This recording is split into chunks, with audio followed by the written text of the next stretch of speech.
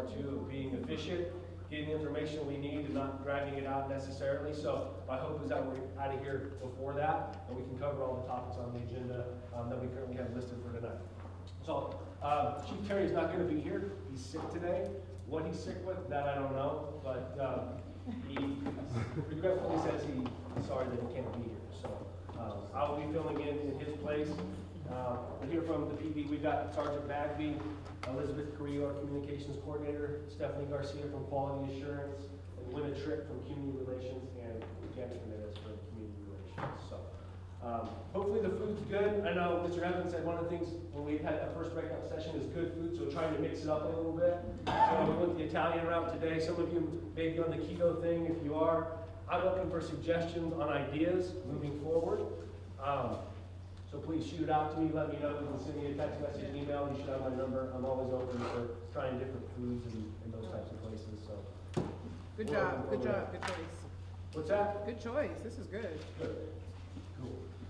All right, so from last meeting, Mr. Elder, we're going to go through this presentation again real quick, but just kind of from last meeting, any follow-up or anything from the minutes from last meeting that we need to discuss, or anybody has any questions about that they can remember, that Chief Terry sent out to you guys.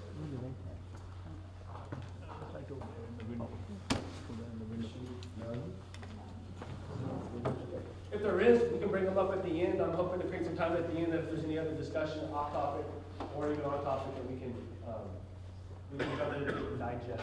So we'll get into new business. So talking about the community engagement portal platform, whatever you want to call it. I know last month we briefly got into it. There were a lot of questions, and I think that's good. We are not. We like questions, we want questions. However, one of the things that I think will help us through this process as we continue to grow and expand our community engagement is to hold your questions, if you can, to the end. Take notes, whatever kind of notation you want, please do hold it to the end, because I'm hoping that as I go through this process, through this presentation, which I'm hoping is going to last 20 to 25 minutes, is that those questions, some of them may be asked. If you have additional clarification or need additional clarification, we can provide it to you throughout that time. But at the end, I think it'll make it a little bit easier, and then I think it'll help us get the material and to make it more linear and make sense.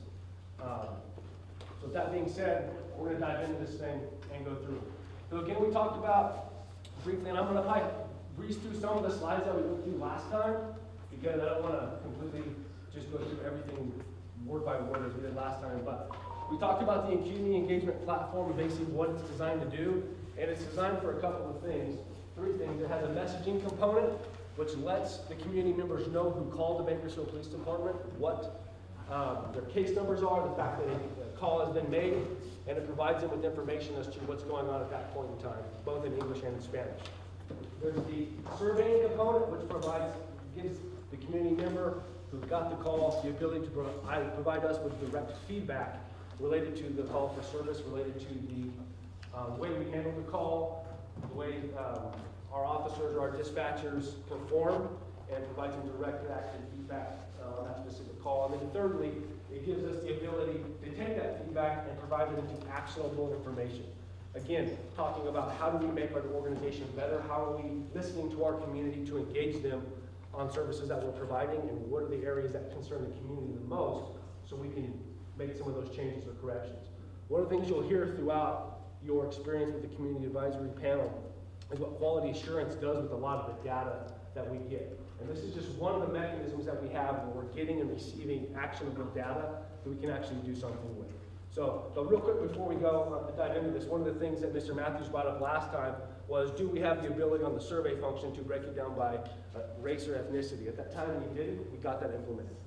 So we're actually doing that now. Where we can actually figure out, and we'll talk a little bit more as we go through the presentation about what we're doing with that data, how are we actually making a difference, and not just getting data for the sake of getting data. Okay?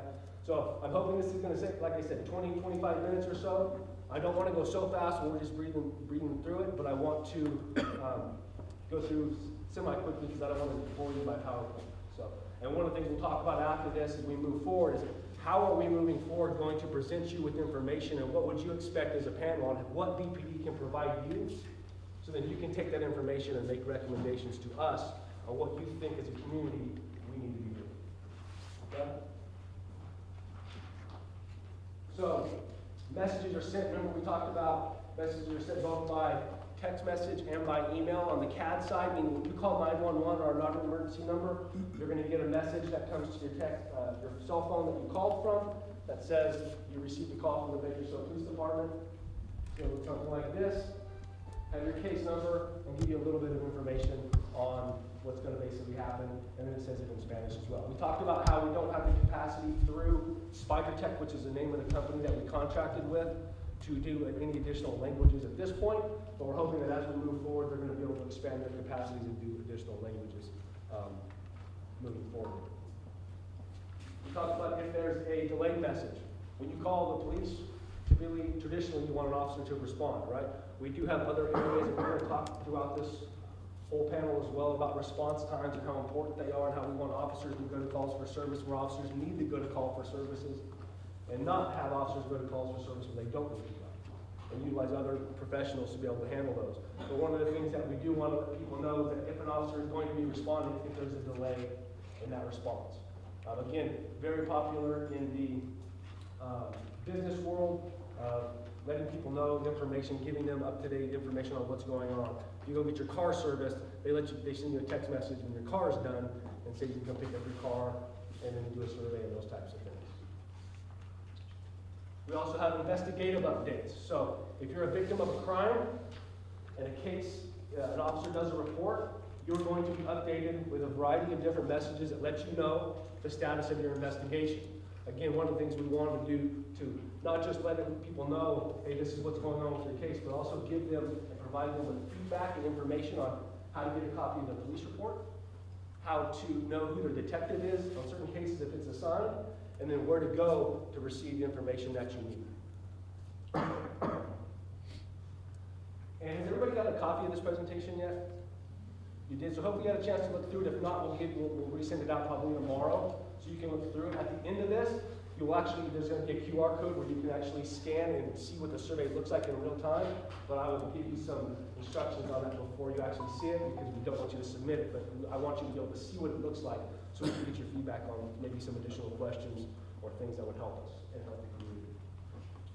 So, again, another update that's provided to you that lets you know if somebody was arrested in the case, and then who to contact if you have questions about the arrest.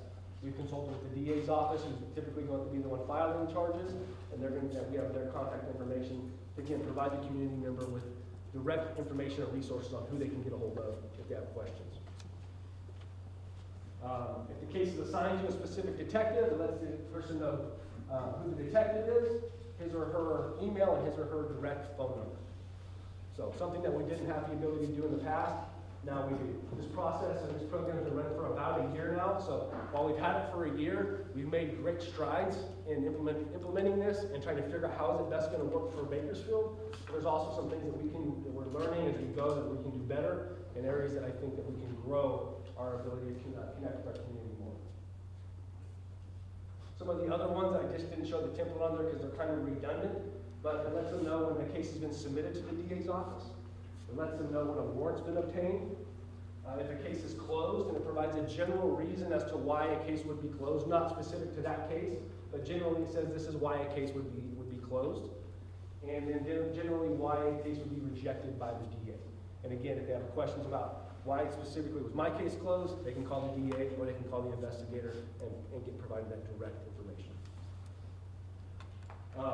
So again, on the surveys, one of the things we're really looking at, it's not just a survey for the sake of seeing how we're doing, but we do want to know what's our performance look like? How are we performing as an organization, from the call taker till when that call is closed or that case is done, and then on the follow-up side of the investigation, how are we doing?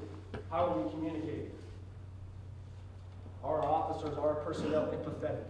Do they understand what our community is going through? Do they understand trauma and all these different things that take place when officers are interacting with people, right? And if they're not, how can we train them better? How can we add different trainings? How can we identify maybe problem officers who don't need to be doing this job, or officers that maybe need some straightening up, or some guidance, or some direction on, hey, this is a problem, right? So another mechanism for us to make sure our people are doing what we say we're doing. When we talk about our values of being compassionate, accountable, and professional, this is just another way for us in quality assurance to run audits and different things on our people to make sure we're doing what we're saying we're doing. Are we competent? Do we know what we're doing? Do we know the laws? And are we applying the laws? Demeanor of officers. How are they acting? Because that's very important. And then professional. We also want to give from people a sense of safety and some legitimate concerns or legitimacy as it relates to people's feelings of police. So when we worked with Spider Tech, myself, Sergeant Bagby, and several other people from the organization, we had a little working group, and I had talked to a lot of different other agencies who had already had this program up and running. And Spider Tech has been around a little bit, but at the time when we were looking at purchasing this software, not a lot of places had it. And most places, when I talked to them, I said, how many survey questions do you have? Typically it was 4 or 5 questions. And they were very, very basic and vague questions. So when we brought this team together, we started looking at, okay, what do we want to gather here? We looked at, there's a lot of information that we want to get, and we don't want to just get this pilot running for the sake of getting a pilot running. We want to get this pilot running for the sake of, is this going to be beneficial to our community and the organization as a whole? And so we offered a variety of a lot of different questions, to the point of which Spider Tech has really used our model of trying to encourage other organizations to do the same thing. And I get calls, and Chris gets calls oftentimes from other organizations saying, how did you implement this thing? Why are you doing it the way you're doing it? But just some of the questions we talked about, survey of dispatchers is one of the first questions, because that's usually your first line of contact when you call the police department. And one of the things we want our dispatchers to do is to be able to speak clearly, professionally, polite, and be able to talk to people in the way they need to be talked to, especially in that first touch point. And so we asked people, what was your experience with the dispatcher? Yeah. As you can see, there's some high, some are a little bit low, but this is an average from 2022. This was the average for the month of January on the right. Okay. I will answer in a second, what do we do when somebody says something negative about one of our personnel? And I'll answer, what do we do when somebody says something really positive about our personnel? Okay. Officer communication in 2022 for the year, we were at a 4.5 out of 5, 4.53 for the month of January, and this is for the year, 4.49. Ups and lows, I think you brought, someone asked a question last time, is if, I believe this is an average, and if we can do a median. So we're working on some of those things as well statistically to figure out some of those other dynamics. But this is the average. Empathy and competency. So in 2022, these are some of the questions that we asked.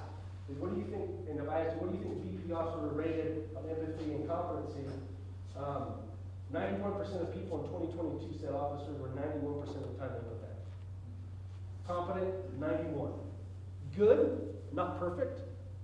We recognize that sometimes we do it well, and we want to highlight the areas that we do well. We also want to recognize where are the areas where we're falling short, and how can we continue to identify the officers that maybe aren't as empathetic or aren't as competent, and get them more in the right direction. But how do we recognize and reward the officers who are doing the job the right way, and give them the kudos or the pats on the back and the things that they need for doing the job the way that you and I all want them to do the job. So this was for 2022. The ones on the right were the same questions, and that was for the month of January. Just one question for clarification. What's the how many people are responding? So this is based on what percentage of response?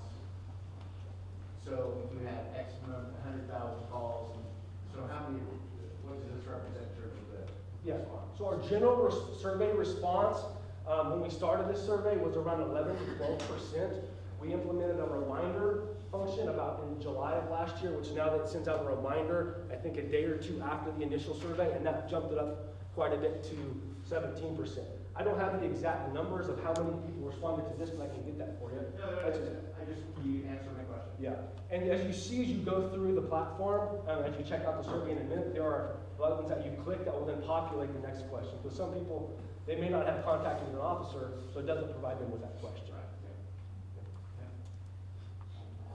So one of the things we also asked is, what was the officer's professionalism? And we asked them, how satisfied were you with the professionalism of the Bakersfield police officer you spoke with. Again, this was someone that had contact with an officer, and we provided this. He was very satisfied, neither satisfied nor dissatisfied, very dissatisfied, and then somewhat dissatisfied.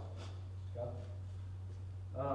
And then select the most correct option regarding the demeanor of the officer. So we're talking about professionalism, and again, in the same sentence, talking about demeanor and wanting people to provide how are the officers you're interacting with behaving.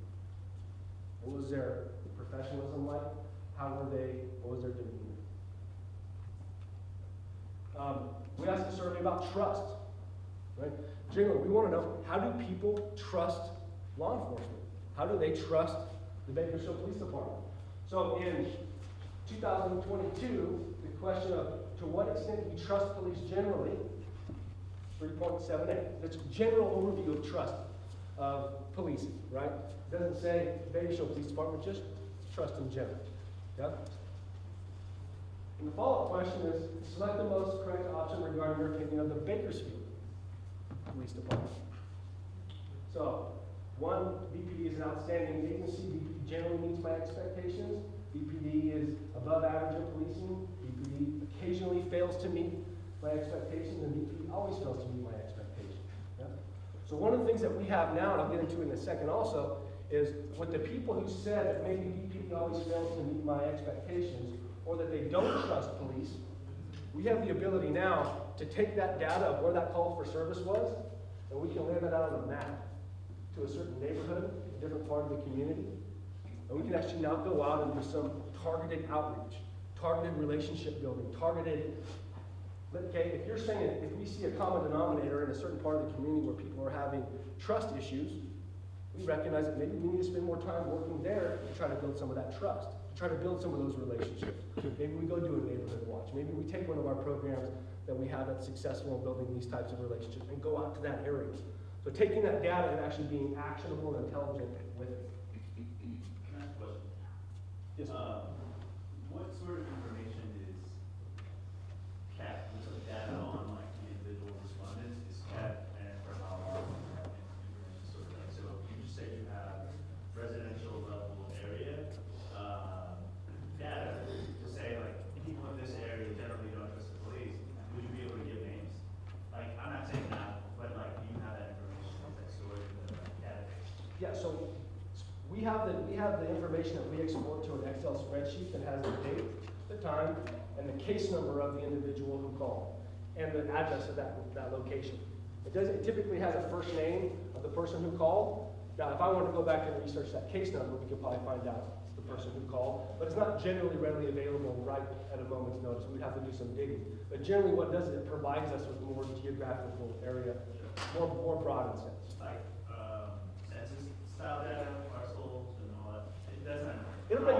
It breaks down to a street. Okay, how long does that information stay with your system? We can keep it as long as we like. Lieutenant, Sorry, I don't know, I thought we were holding questions till the end, so I have 4 questions. Yeah, so can we do this? We're getting close to being done with this, because I wanted to kind of breeze through it, and then we'll hit the questions at the end, and I can go back here. If we need to go to a specific slide to answer that question, I'd be more than happy to. Yeah, is that cool? Sure. Yeah, I mean, it has to hold this, but yeah. okay. And we want to know, how does your experience with the Bakersfield Police Department compare to other police departments' experiences?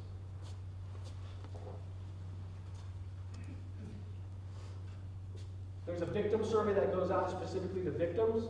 So we talked about the CAD survey, which were those questions that we initially posed. Those are the people who are reporting parties, not necessarily victims. Sometimes the reporting party is also the victim, but generally speaking, the victim, this is somebody who had contact with an officer where a police report was generated, meaning that the contact was probably a little bit more extensive, and officers completed a report. But they get asked, it's very similar, the professionalism of the officer that they came into contact with, how satisfied they are with the Bakersfield Police Department. So this is somebody that who has had more contact with the police officer and giving their feedback to us. And we asked them if they generally feel like the electronic correspondence was helpful. We don't want to do something just for the sake of doing it. Generally speaking, most people seem to like it. And then also we asked them, are they a resident of the city of Bakersfield? So again, it's another thing that we can do to try to figure out if we want to run a report and quality assurance wants to look at, okay, what do non-residents, what's their general perception of Bakersfield Police Department, or their trust in law enforcement, or trust in BPD, versus maybe somebody who's a non-resident. We also ask questions as to how many times they had contact with the Bakersfield Police Department. Do people who have less contact, less frequency of contact with the police department generally have a higher or lower sentiment towards Bakersfield Police Department or trust? We can run these different reports to help them guide us on where we're trying to go and what we're trying to do as far as engage or see how we're operating. How safe do they feel living in this city? Another one that's big that we want to know. We want people to feel safe.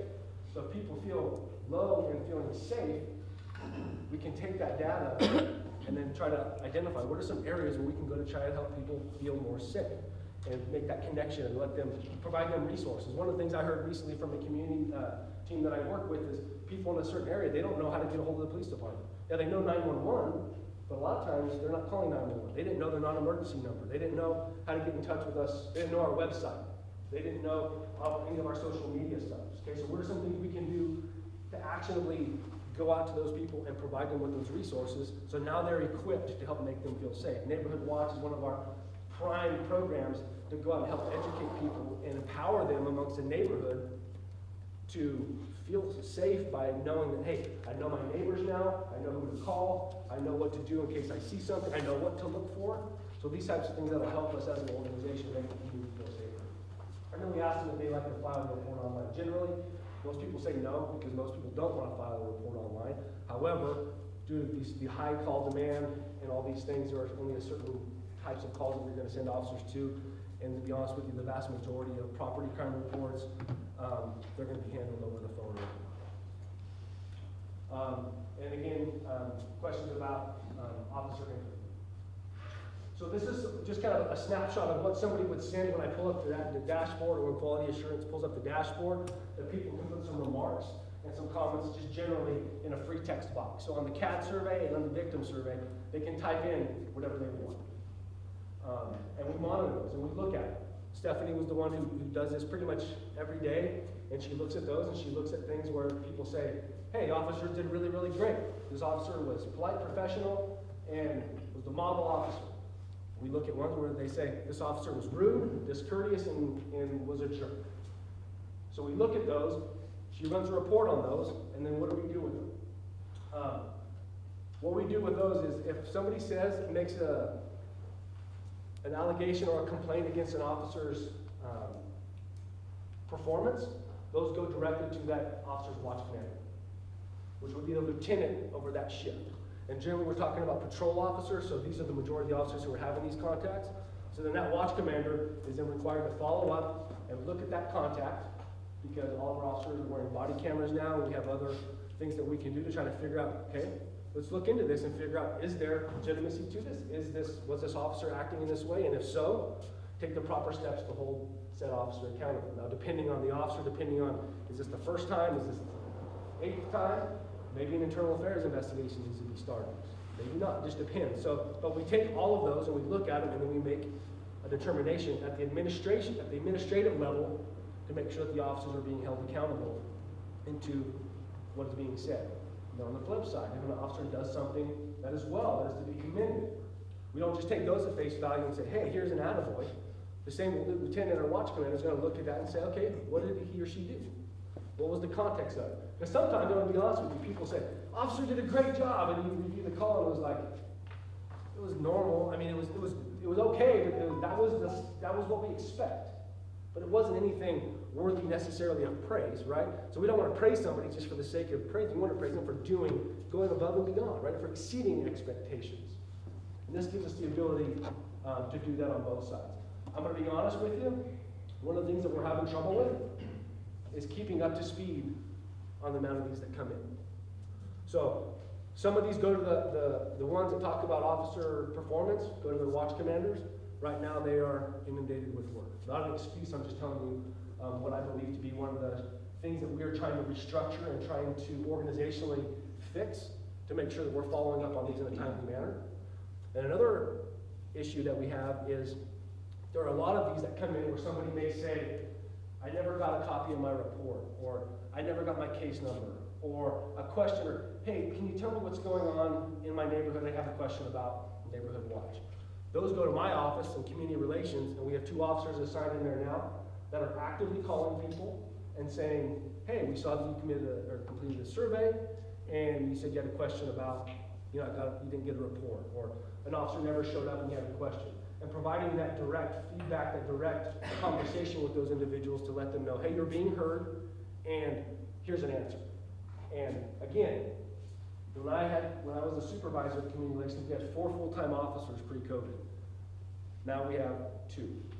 So with the amount of these that we get in, it's hard to stay up to speed on that. That's what we're trying to do with organizations, make sure we have the resources to be able to follow up on these and do so in a timely manner where it actually is meaningful, not 3 weeks or a month later. Because if I make a call to the police department and I say something negative and I don't get a call within a month,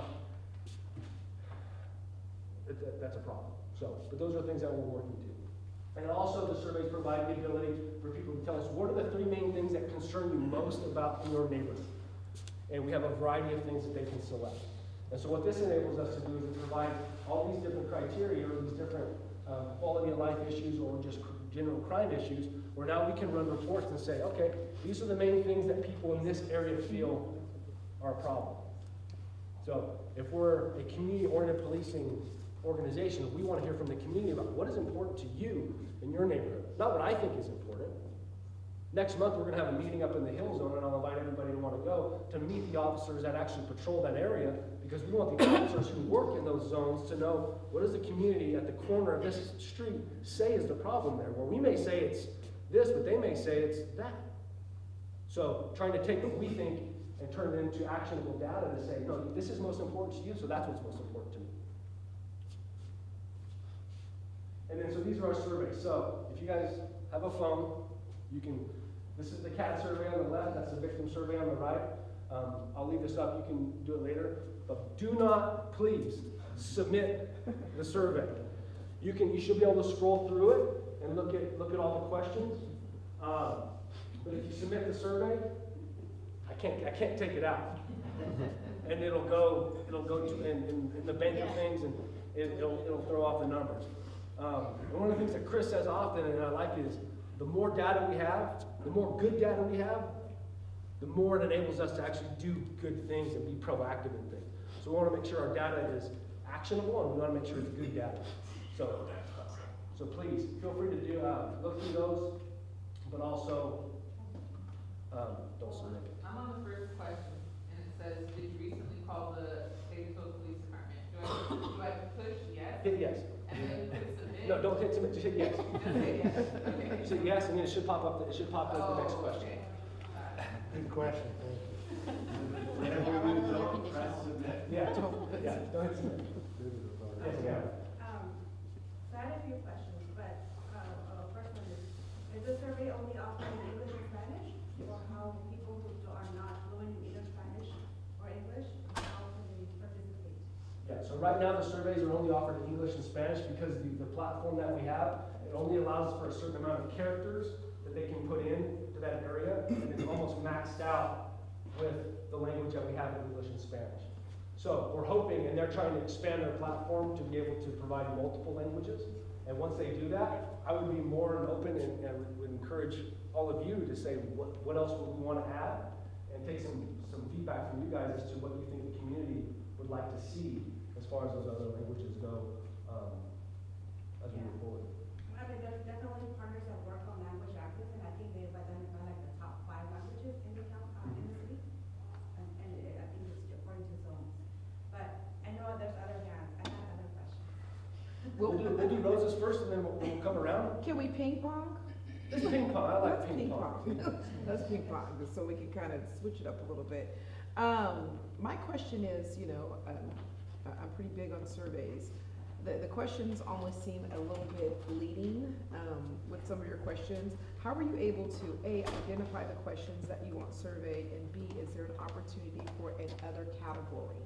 Because some of those categories that you have listed, if you go to slide 22, you say, please select three issues that you think are greatest within your neighborhood. I mean, and I'm just only using this because this is a soft one to use as an example. Is there an option to put an other and they can write in some of their problems? Because maybe someone's having harassment with their neighbors or intimidation by their neighbors. Oh, there's another page, where's students? I just went back to 21 because Oh, okay. this is an area where they can free text anything they want. Now, specific Okay, to that good, question, okay. we could put other, but it wouldn't capture anything. Got it, So where they okay. would need to put the other, or when they have the ability to write free text information, would be, So they in can the- in that text in the feedback section. responses Yes. instead of the other box. Yes, Okay, ma'am. that's a good And one. that, all those responses on there are not listed, Gotcha. all the options, Yeah. because it would have been It'd about be terrible 1,000 of rabbit them. to look at, yeah. Okay. And I have the question, so is this survey handled by the third party or this is in your office? Like any survey, whatever the question we did survey, it can be deleted or it's whatever the question is not gonna be deleted, permanent here? It's by like a handled by a third party or in the police department? no, so we created the surveys based on what we felt we wanted as an organization. And then the company sends those out basically electronically at our request. All the information is housed in our In-house? in-house, yes. So it's our surveys that we created, they just facilitate it going out and coming back. I'm gonna add to that, sorry, because it's not exactly accurate. All of the data that comes into what you're asking, we can't manipulate that data. It exists where it is. Now, in theory, I guess, in this setting, we can manipulate what it looks like on the outcome by only showing you certain things. But the data that comes in, that's why we don't want you to submit these surveys, because we can't get rid of it. It exists in our data as it is, right? So, I think you're asking, can we manipulate the data on our end to make it look Yes, better? exactly. And the answer is no, we cannot. It is what it is. I don't like that term. It is the data that comes into that platform is what it spits out to us. Yep. And we can't change it on there. No, you can change it, every survey, whoever did, is gonna be show up over there, it's gonna be Yes, show over there, 100%. whoever did. Every single one. That's why we don't want you to hit submit No, here. that's a mess, Yeah. thank you. And some people don't submit surveys. Some people do. Like I said, our return rate this morning, when I checked it for last week, was 18%. We'd like it to be more, but that's generally high in the survey world. But yeah, no, we cannot manipulate any of the data. We take the data for what it is.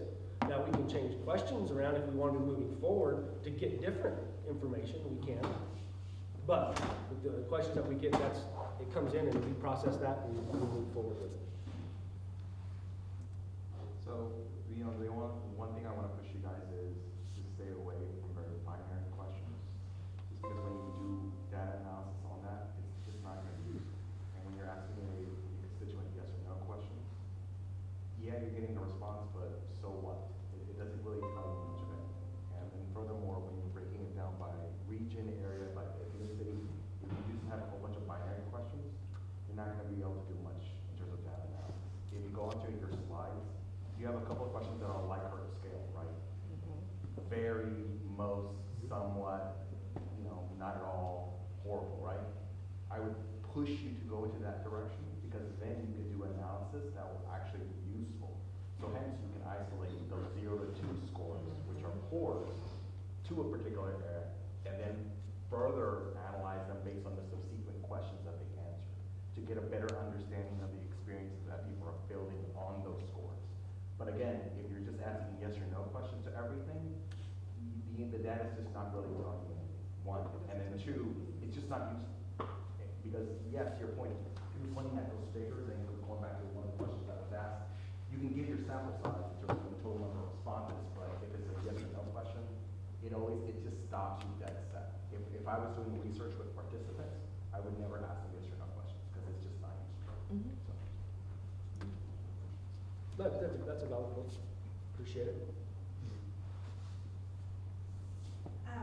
And I don't know what slide it was, but, when you were giving what was the average result or response about satisfaction, I'm wondering if, it goes back to things that have been raised during the past was, are you guys able to see this by like zones? And maybe, one, if all of this feedback you're getting is from like, the more affluent, to have a more positive relationship with the department, it's not helpful to say that in general, all the zones. So I'm wondering if you guys are able to break it down by zones, and then also just address, and I agree, I totally agree with what Manuel said, it's just like the idea of like, what is the continued concern, and, suggestions from the public of how can we respond or address those things that keep on coming up. And are you guys using, it sounds like you guys already have like a year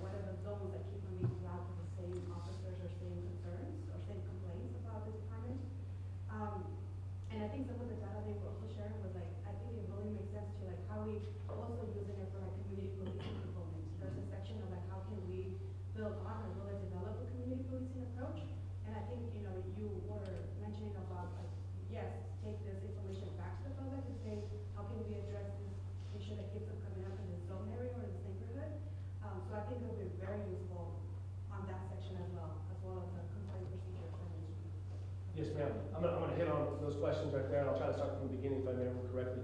We can break these down by each zone. So our city's broken down into 6 policing zones. We talked a little bit about it last week, but north, central, south, Hill, Metro, Valley. I can break down, or we can break down the data for every survey that was done in each different zone. And we can see what's the response like in different places. One of the things that I've seen, and I look at it regularly to figure out what's being said in the north versus what's being said in the Hill. Or what's being said in the Metro, which is, can compare that to the north or the central or the south. And it's generally almost equal across the board as far as responses go, with the questions that we currently have. Now that we have the addition of the race ethnicity question, that's going to be able to provide us with some additional data. What are generally Caucasian white people saying versus African American black people? We can kind of take that data as well. But yes, to answer your follow-up question is to, one of the things we're going to move forward with, and I think next month, we'll talk about this here in a little bit, is we're going to present you with our community engagement strategic plan as part of the stipulated agreement. So this is our community engagement plan moving forward of how we want to engage our community, and definitely using Spider Tech data to identify what are some areas that we need to spend time building relationships and being actionable in what we're doing, and not just, you know, going out and just doing things for the sake of doing them, but what are some strategic areas and things that we can do based off the information that we're getting. So yes, on utilizing this data as part of our overall plan to generally make people feel safer, to build trust and those types of things. Again, one other question that I didn't hit. Yeah, no. Which is in line, which I think is in line with what the stipulated judgment is asking in the community engagement section. Are we able to, or the, you know, like, the 1 year of data, can you guys share that as a public facing, or to the public, and then, I had my notes and it doesn't make sense now, but. I do that often. You can blame me because I asked you to wait to the end, so I apologize. What was I trying to ask? If you think about this holler at this size, Yes, I kind of want to follow up, maybe you're going to cover this in your thing about how you're going to use this data, and how you're going to connect with the community. Did you say that you actually make calls with your people, who have questions, that they write in? yes. So if somebody makes a comment at the end on their survey and they say, let's say for an example, I'll use a hypothetical, which is a common one, is an officer never showed up to my call. Can you tell me what happened with this situation? Somebody probably who made a call to police, whether emergency or non-emergency. But when you call police, you expect a response, right? You expect something. If someone does not get a response, causes that person to probably have a negative sentiment or feeling towards the police.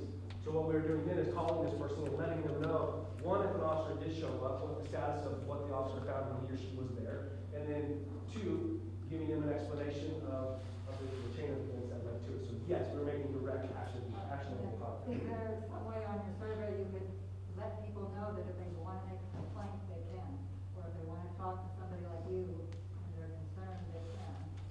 Is there some way you can say that? Because I know that people don't believe that they can. They do not do them, but have survey running on top of them. So I mean, I know you're busy, but I'm just saying as part of the long-term process, enough people get to vet connection, if they know negative, not extremely negative, because that's gonna go through lots of, I'm talking about somebody rude, or they tell the person, you can't take videos, you have to stop, I'm gonna arrest you. Well, that person needs to hear that, no, we don't agree with that. Chief Terry said we can't, we can. But because I work on help people with complaints sometimes, I know that, that's a big thing, that there needs to be some follow-up afterwards to let community members, yes, we really do hold our officers accountable, because I would say the community people I work with, but I know do not believe that. Sure. I will say, is it true for some people that they don't feel like if they complain on an officer, anything's gonna be done, and some people are afraid to complain? Absolutely. I do believe that to be true for some people, 100%, right?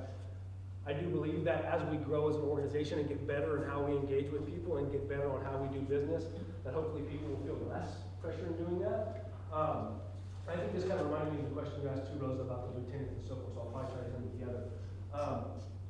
Could we add a box that says, if you want to complain, you can call this person?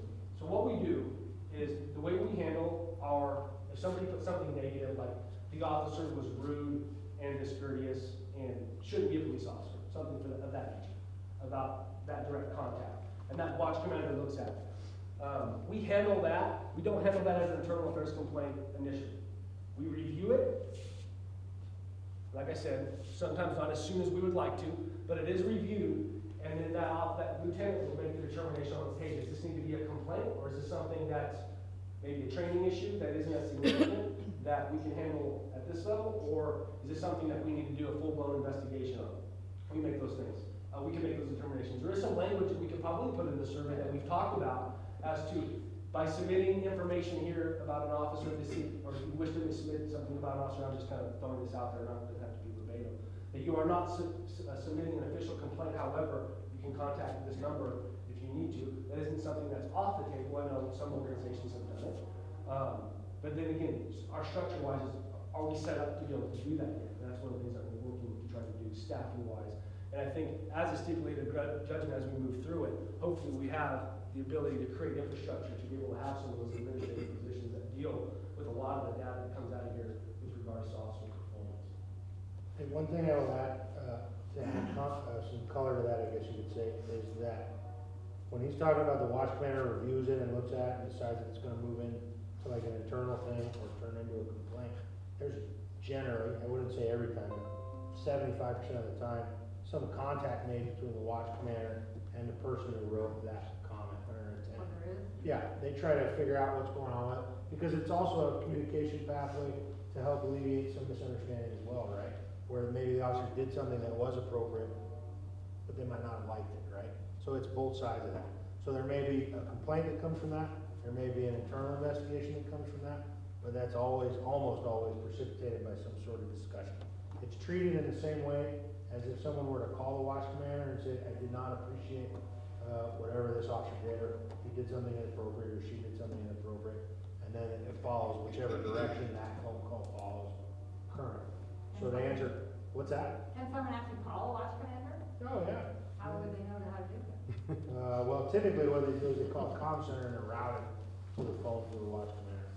So in other words, if a person is upset, then they could call and say, call the regular number, say, I Yeah. want to talk to the first officer's watch commander, and Right. And that happens 1,000 times a day. I'll get you one sec, Stephanie. I sat as a watch commander, both on a day shift and a night shift, and there are a variety of calls that come in. And generally, if you call the 327-7111 number, which is our non-emergency number, and say, I want to complain against an officer, they're gonna forward you right to the watch commander. And that person's gonna, either the watch commander's gonna answer and have a conversation, or there's gonna be a message left and somebody will be getting back to you. But those things, the watch commanders are instructed by their captains and assistant chiefs, so you gotta be responsive to those. And then through that conversation, and then the watch commander's review of the information will determine whether or not what kind of course of action needs to take place. And generally speaking, the person who called is going to be told what's happening. Also, the watch commander number's on the website, and I can give it to you now if you want it now. Like, I don't know why. Right.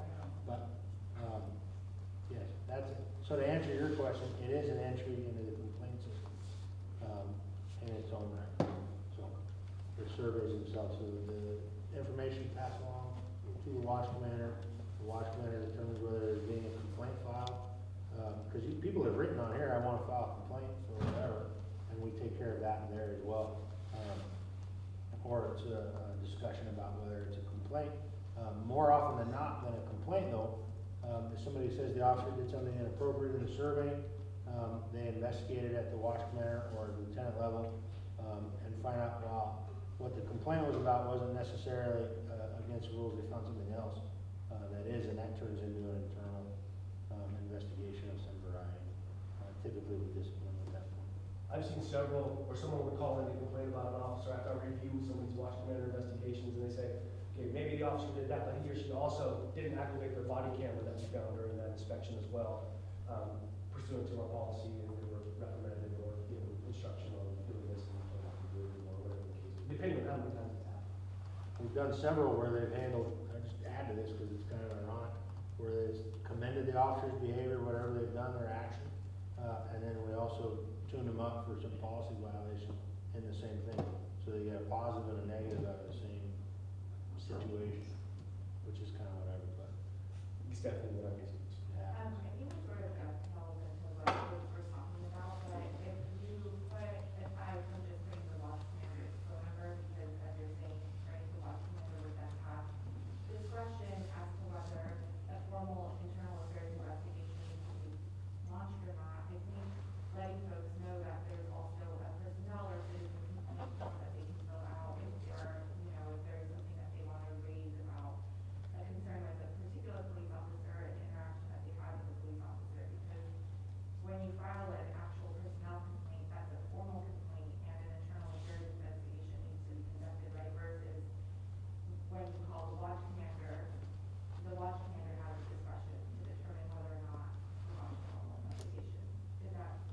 Kind of. So if somebody calls the watch commander and says, I want to make a formal complaint on this officer, what the watch commander is going to do is if it's daytime, he's probably going to say, okay, can you come down and fill out this complaint form with me? Or I can send you over to internal affairs where that is, or hey, I worked in internal affairs for 2 years. And there was a lot of watch commanders who would take it over the phone, they would talk to the person, figure out what their complaint was, fill out the complaint form, send it over to internal affairs and say, hey, this form was completed by me on behalf of citizen so-and-so, and then we would start internal affairs investigation. If somebody calls the watch commander's office and says, hey, I want to talk to you about this officer who did X, Y, and Z, the watch commander's going to talk to him and review it and probably call back. Usually what I would do is call back and say, okay, this is what I found, what would you like me to do with this? And then ask them. Now, if it's something egregious, that watch commander is going to make that determination, hey, something more needs to happen. Because we're talking administrative level that should be identifying and recognizing that this is not good. But to answer, hopefully that answers your question. But what we want people to know too is, what's our complaint policy? How do we get a hold of internal affairs? Do you guys know how to find information on internal affairs? Anybody in this room? Your citizen complaint form is on your website, so I think including the link to that Yes. in the survey is not a big lift for. Yeah. Yeah. People should be improving. I know you don't want complaints, but in order for people to trust you, you have to make it very clear that you're happy to take their complaints, rather than try to discourage them. I mean, I feel like a lot of people get discouraged, to be honest. Has anybody, and I'd be open to, I don't want to go too far off topic, but I'm going to ask this question. Has anybody ever been to internal affairs and have been turned away or discouraged from filing a complaint? I know people have, yes. Okay. If somebody is discouraged from filing a complaint, Chief and I need to know about it. Okay. Chief and I need to know about it. Now, do we want to make the process as easy as we can? Do we want people to know what their rights are? Do we want people to know that the case is going to be investigated fully and that facts are going to be gathered regardless of who you are? Yes, that's what we want. Is there something that we can put, and we've talked about that, but like I said, we're still, even though it's been a year, it's still fairly new in this process, so I appreciate the feedback, and I don't think we are completely opposed to not putting something on the website with, at the end of the survey, a link to so-and-so, or have a drop-down question that says, if you wish to file a formal complaint, take care of it. We're not opposed to that, but I appreciate the feedback, I think those are the things that we're trying to generate in some of the discussion, is what are some areas that we can grow to generate that trust and to generate some of that legitimacy that the community, that we want them to have. We have kicked it around, one thing, we have kicked it around, putting it on there. The issue is this, it's sort of a technical issue that we haven't resolved, is if we put a button that says, click here to file a complaint, and then also leave a comment that says, I hate that officer even kick rocks, I wanna file a complaint, and then we take a complaint there before that other one, before they marry up. Now we've taken 2 complaints on the same incident, and we're trying to figure out how to resolve that instead of having one cancel the other. And SpiderTech can't support it yet. So meaning, like, we would like you to be able to turn off, if you click that, we turn off the auto response box where you can write whatever, or something similar. It's just a logistic issue that we don't want a watch commander and an IA person investigating the same complaint at the same time along different pathways. Not just for efficiency reasons, but there's police officer bill of rights issues and things that go with that come. We have to figure that out, otherwise our own cops are suing us all the time, and we don't want that. So we kind of have to figure out some of the technological stuff, or technical stuff that goes with it. We had kicked that around just a couple months ago was the last time, but I will say this, full disclosure, I'm not sure we followed up recently to find out if we resolved that. But that was the issue why we didn't just do it automatically when we were kicking it around. The last time we talked about it was February, so in October or so. But I'll look into it again. Mr. Stenner, Yeah, my question is more directed towards like the data and the data source. I don't know if your question was like more directed towards this. No, it was more the respondents for the survey. So what I want to know is, does EPD generally have like any sort of protocol when it comes to implementing or purchasing new types of technologies? With like new types of technologies like this. In addition to that question, just curious around like who has access to the data, like what are your policies around data storage? Is it safe to say, for example, that because you're in having communication with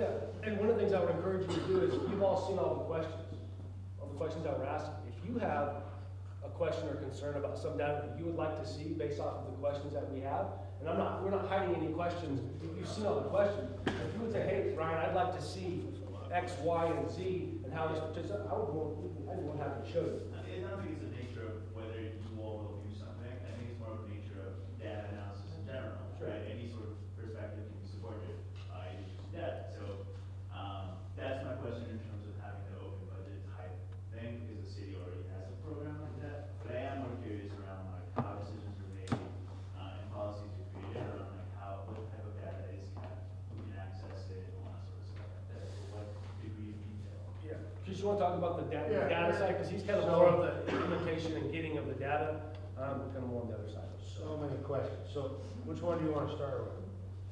Wherever you want to go. You tell me. Let's start with data in general. What sort of policies does the BP have in place for implementing new types of technology? New technology stuff, so, there is no formal policy. What there is there's a series of steps that we go through, right? So there's generally, some recognition of need, right, like any other company. And then we identify vendors, we vet those vendors, we decide on whichever vendor we're gonna go with for whatever the need is. And then we do some sort of a pilot generally, if they'll let us. And then most of this stuff is expensive enough that it becomes a city attorney, city council issue anyways. So that it gets vetted through those two offices, before we implement anything. So there is a process, but it's not a policy, not a policy specific to it. There are laws, of course, in California about what kinds of, technology we can implement, and how we can. So like, what do you call it, UASs and military equipment and different things like that, facial recognition. There's several we can't touch and we don't really want to anyway, some of them, but, with regard to like this program, it's quite literally, somebody recognized the need, we recognize the need, then we need a better pathway for feedback for the community. And this at the time was the only vendor that was going for it. So we talked to them quite a lot, we talked to a lot of agencies that use it, we looked at what their data they were producing, saw opportunities to improve upon the whole structure of all of it, and then we bought it and have been implementing it. I would say that this program right now is probably like a 40% product for us. Like we have a lot of things that we're working on building out from it and for it in different ways. And it's tough to say that because it's pretty cool the way it is. In fact, the National Institute of Justice wants to use our model broad, like they want to publish the way that we're doing stuff to other agencies because it's relatively unique. So that's that question about the implementation stuff. What was the other one? The other question is, in terms of departments, who has access or who do you have data sharing agreements with, to what extent, right? Yeah. And to what level of detail does that data get shared? For this or for For everything? this particular, like. Yeah, for this, there's no data sharing agreement outside of our organization. So the platform conducts the surveys, they maintain the cloud, it's an AWS cloud, where it all lives. We analyze it in-house, Stephanie analyzes it, 2 analysts that touch it. He has access to it, and it's never raw data, because it's just the survey return, right? We can pull it out as raw data, but that's not how you do, well, I don't know, but she does. I had to think about it, but we don't, he and I don't. She does, and she turns it into, those buckets, right? The one that goes to the community service folks, community relations folks, sorry, changed the name a while back. Community relations folks, the ones that go to the watch commanders, and then compiles generally the broader data set. Outside of that group and the command staff, there's really no widespread use of this data. What it is it's not really, when we're talking about location and stuff, because I think that might be some of the concern, what it is, it's not actually a location thing based in SpiderTech. It's already our existing data where we have locations for calls for service, and we just link the two. Right, so you get the survey from it's a super lame, but the call for service generates a code that SpiderTech gets that sends it to the phone number, right? Based on that code, they link it to the call for service for us, and we pull the data on the other side, so they don't have our location data either. We only have it. They only have the CAD call stuff and the phone number. And you don't have it particularly because of the calls, like you pick it up essentially from the registry of like people you call, Yeah, so like if you call me, or if you call the police department on your cell phone and said, I had a call for service at this address, whatever it might be, loud music, their system will send you a survey, because it's connected to our CAD that we entered a call for service. That code is then connected in our side to the call for service, which Stephanie's able to pull the geolocation and stuff like that out of. But we have to actually hunt for, he said that we know who calls and like who the people are. In order to get that part, we actually have to build out a whole thing, so we can contact the people who need to be contacted, right? We don't generally just have like a list of all the surveys and all of the like trust information and things like that. We don't have that just sitting around. Okay. Your open data question, I wanna talk about that a little bit. Yeah, the open budget stuff. Some of you folks have heard me talk before at different things. The Bakersfield Police Department has lived historically in the dark ages of data analysis. Like, we have a recipe box with officer records in it at one point, right? Like, from 1945. You understand what I mean? Like, so, we have been working for the last 4, 5, 6 years to update some of that. And like anything else, it's not a complete product. It never will be. Every time we get data, we'll add data to the public side of things. He's gonna talk about today the transparency page. We have Tableau dashboards for use of force and officer-involved shootings up there now.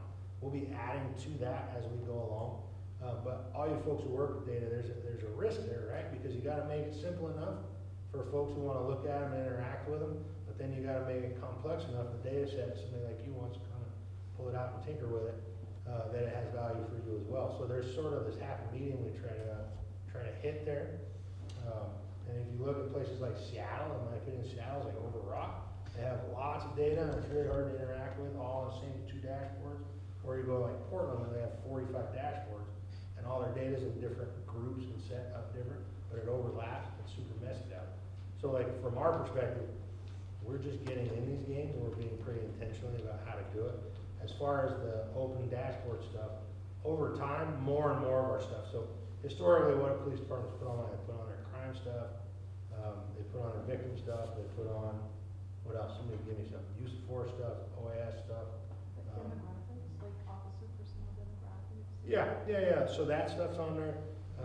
Those are the things that you try to publish, right? And then what we're looking to do is anything that we're allowed to kind of share generally that has value, we think, generally, and this group has input on that, I think, we will ultimately have something on the transparency side related to that. So like the SpiderTech data, I think there's room for something to go on there, but I think we would probably want, I don't know, I haven't really thought about SpiderTech as a public, the community engagement portal is a widely spread thing in that way, to be honest. I think more about like the main issues, because that's where we've been stuck lately, right? But I don't see why not. I don't know what it would look like. I don't know if it would be the SpiderTech, some version of a SpiderTech product, or something that we would build in our house. And there's that too, right? We have capacity issues. Everybody has capacity issues. Work for the government, and Tableau's like Latin to most government agencies. It's tough to deal with, right? So for us to build a dashboard or manage that dashboard, that means personnel, and that means, and one of the things that we're dealing with now, Chief Terry talks about it, is for every civilian employee that we're hiring, non-sworn employee that we're hiring right now, it's probably not a police officer that's gonna be out there later on, right? So that you're taking Rob and Peter to pay Paul, and which becomes more important in the long run, and it's hard to balance. So like we just added another performance analyst, so that's 3 performance analysts and 5 crime analysts, a supervisor for both, right? And it's a lot of people already that are not responding to calls and doing this and doing that, so there's a balance we have to try to manage too. But we intend over a broad spectrum of time to input, or to have more output from the transparency side. I would anticipate in the next 6 months there'll be a IA dashboard, stuff for like IA complaints, gun gang violence, crime stuff, victim stuff, but all interactive, not in the way that it exists now, or it's just like a chart or something like that. One thing I think we can do, Mr. Thinner, is we do get a monthly report, just like we get a yearly report. We get a monthly report set from SpiderTech from the month before. Then there's probably something that we can put out where it's just a summary of all the data from from the time before, which could be something to at least kind of put out there and show the community, and that would be something that would be housed on our transparency page more than likely.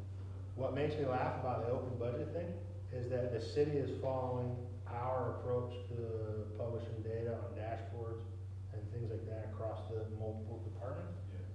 We're leading the front on that, we're teaching them how to use Tableau and how to use their own Esri stuff and things like that, so, I would say that, we're entering the age of renaissance of the BPD with regard to data, how about that? We got two questions over here.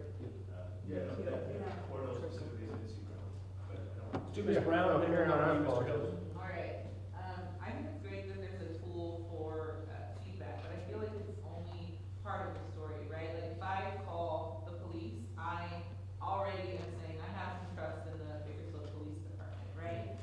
Is there, you like talked about kind of like next steps, like this tool here is at 40% sort of like the capacity or where you think you can possibly go, right? Are there plans or next steps to gather like information? I know like you think that like maybe a criminal or someone accused of a crime might like have bad things to say, but they might also have very useful things to say because of their interaction with, you know, law enforcement. You'll, as we interact here, I think you'll find that I don't really think about things in terms of bad and good personally. I'd like to know what's real and what's not real, what's true and what's not true, right? So it doesn't matter to me that they have bad things to say. That being said, it's super timely that you asked that question because as part of the judgment, we have to participate in a survey, right? You know about that maybe? Like a broad public survey. Part of the broad public survey is these folks from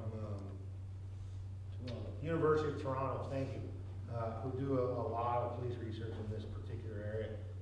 Really highly thought of guys too, actually, but they're coming, our team, not just guys, but they're coming here next week or 2 weeks, and they're going to do a survey. I think it's 100 participant, arrestee only.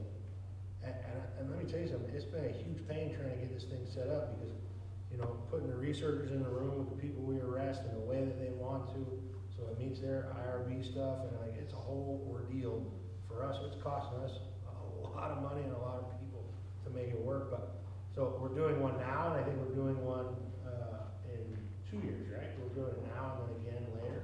So, and that's a big broad survey. They did one part already, that part's online on the Monitor report. They're doing a part of the police officers themselves, and their perceptions of going outward, I guess. And then we're doing the arrestee data stuff as well. And that's been on the books for, geez, a while. So that part, yes. We also have, forget the agreement, with this program, we have talked about it and we haven't implemented it yet because we really want to understand what we're going to do with all this first. We can issue like a card or a QR code to people that we stop or people that we arrest, and they can fill out a survey if they want to, if that makes sense. But the problem is that there's no, it's the same sort of thing. It's hard to marry the record to the situation. So if I give you the card and I say, hey, after I stop you and do whatever, I give you the card, and if you don't put in the case number or I don't somehow link it to the thing, and you say the police officer stole $80 from me the other day, or whatever it might be, we don't have any way to figure out who the bad actor is on our side or how to correct the behavior. So then it just becomes like a broad spectrum survey with no controls of any kind. And for us, we worry about that a little. So it's another one of those things. It's sort of coming, but we have to figure out how to do it well beforehand, you know. So two-part, I guess. We're getting that data just in a little bit different way. But we definitely intend for it to grow. We want to know how we're doing, we want to expand it. I think we're still trying to figure out, and hopefully with the knowledge of this group will kind of help guide us and what can we do to make this better. Jeff? In light of Peter, if you have this data, were there any patterns or things that you learned about your officers that has helped you be more effective in equipping them to be more effective? Does that make sense? Yeah. One of the things that I've seen is kind of going through it, one of the general things that people will naturally complain about or show things they don't like is the officer never showed up or they showed up way too late. Response times. That's a big thing. I think that as we start to process this, Dan, and I think if we put in department sentiment with the response times thing, you're probably going to see a correlation go down when we take a long time to get there. That's one thing I've seen, staff, Chris, I don't know if there's anything you see. Yeah, so the actionable part of that, right? Remember I said we hired this other analyst, so it's not just because of spider tech, but one of the things I think Chief Terry talked about originally is that, as we move into this age of data, we wanna be informed by data, we wanna be evidence-led, or, evidence-driven, right? And that's some of where my unit comes in, but, one of the things that's a city council priority is to improve response times, correct? On top of that, how do we know that they're not as good as they can be anyway? Well, we hear from the surveyed population every day. I would say 70% of the things people complain about on here is, I want faster service. Now, it's hard to explain to folks what that means, right? Faster service to a burglary versus faster service to this kind of thing or whatever. But because of the city council priorities and the issues related to that, and the outcomes of this data, one of the things we're working on is trying to improve deployment strategy. So like where people are deployed, what times of day, what kind of efficiency patrol officers have in different combinations and things like this. It's a really complex project, but it's something we hired that analyst to free up the capacity to do. So it informs that as well. And I guess where I'm going with the question is, how is this responding, the information from Spider Tech, how is this responding to the DOJ's concerns? Oh, that's a good question. Okay. That's kind of where I was going. Yeah. So for the DOJ side of things, we've kind of mentioned it, right? It's a portal to communication stuff for complaints. It's a management supervision tool. It's directly related to community policing strategy, and putting the right people in the right places to have the right conversation. Because of the geolocation stuff, we can deploy things.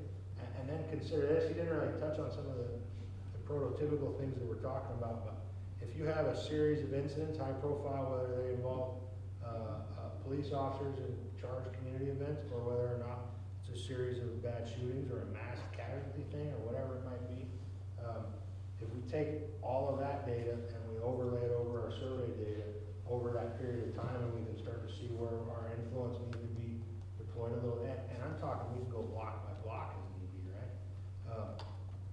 So those are some of the things, and then the community relations folks he's gonna talk about a strategic plan at some point where that all integrates as well.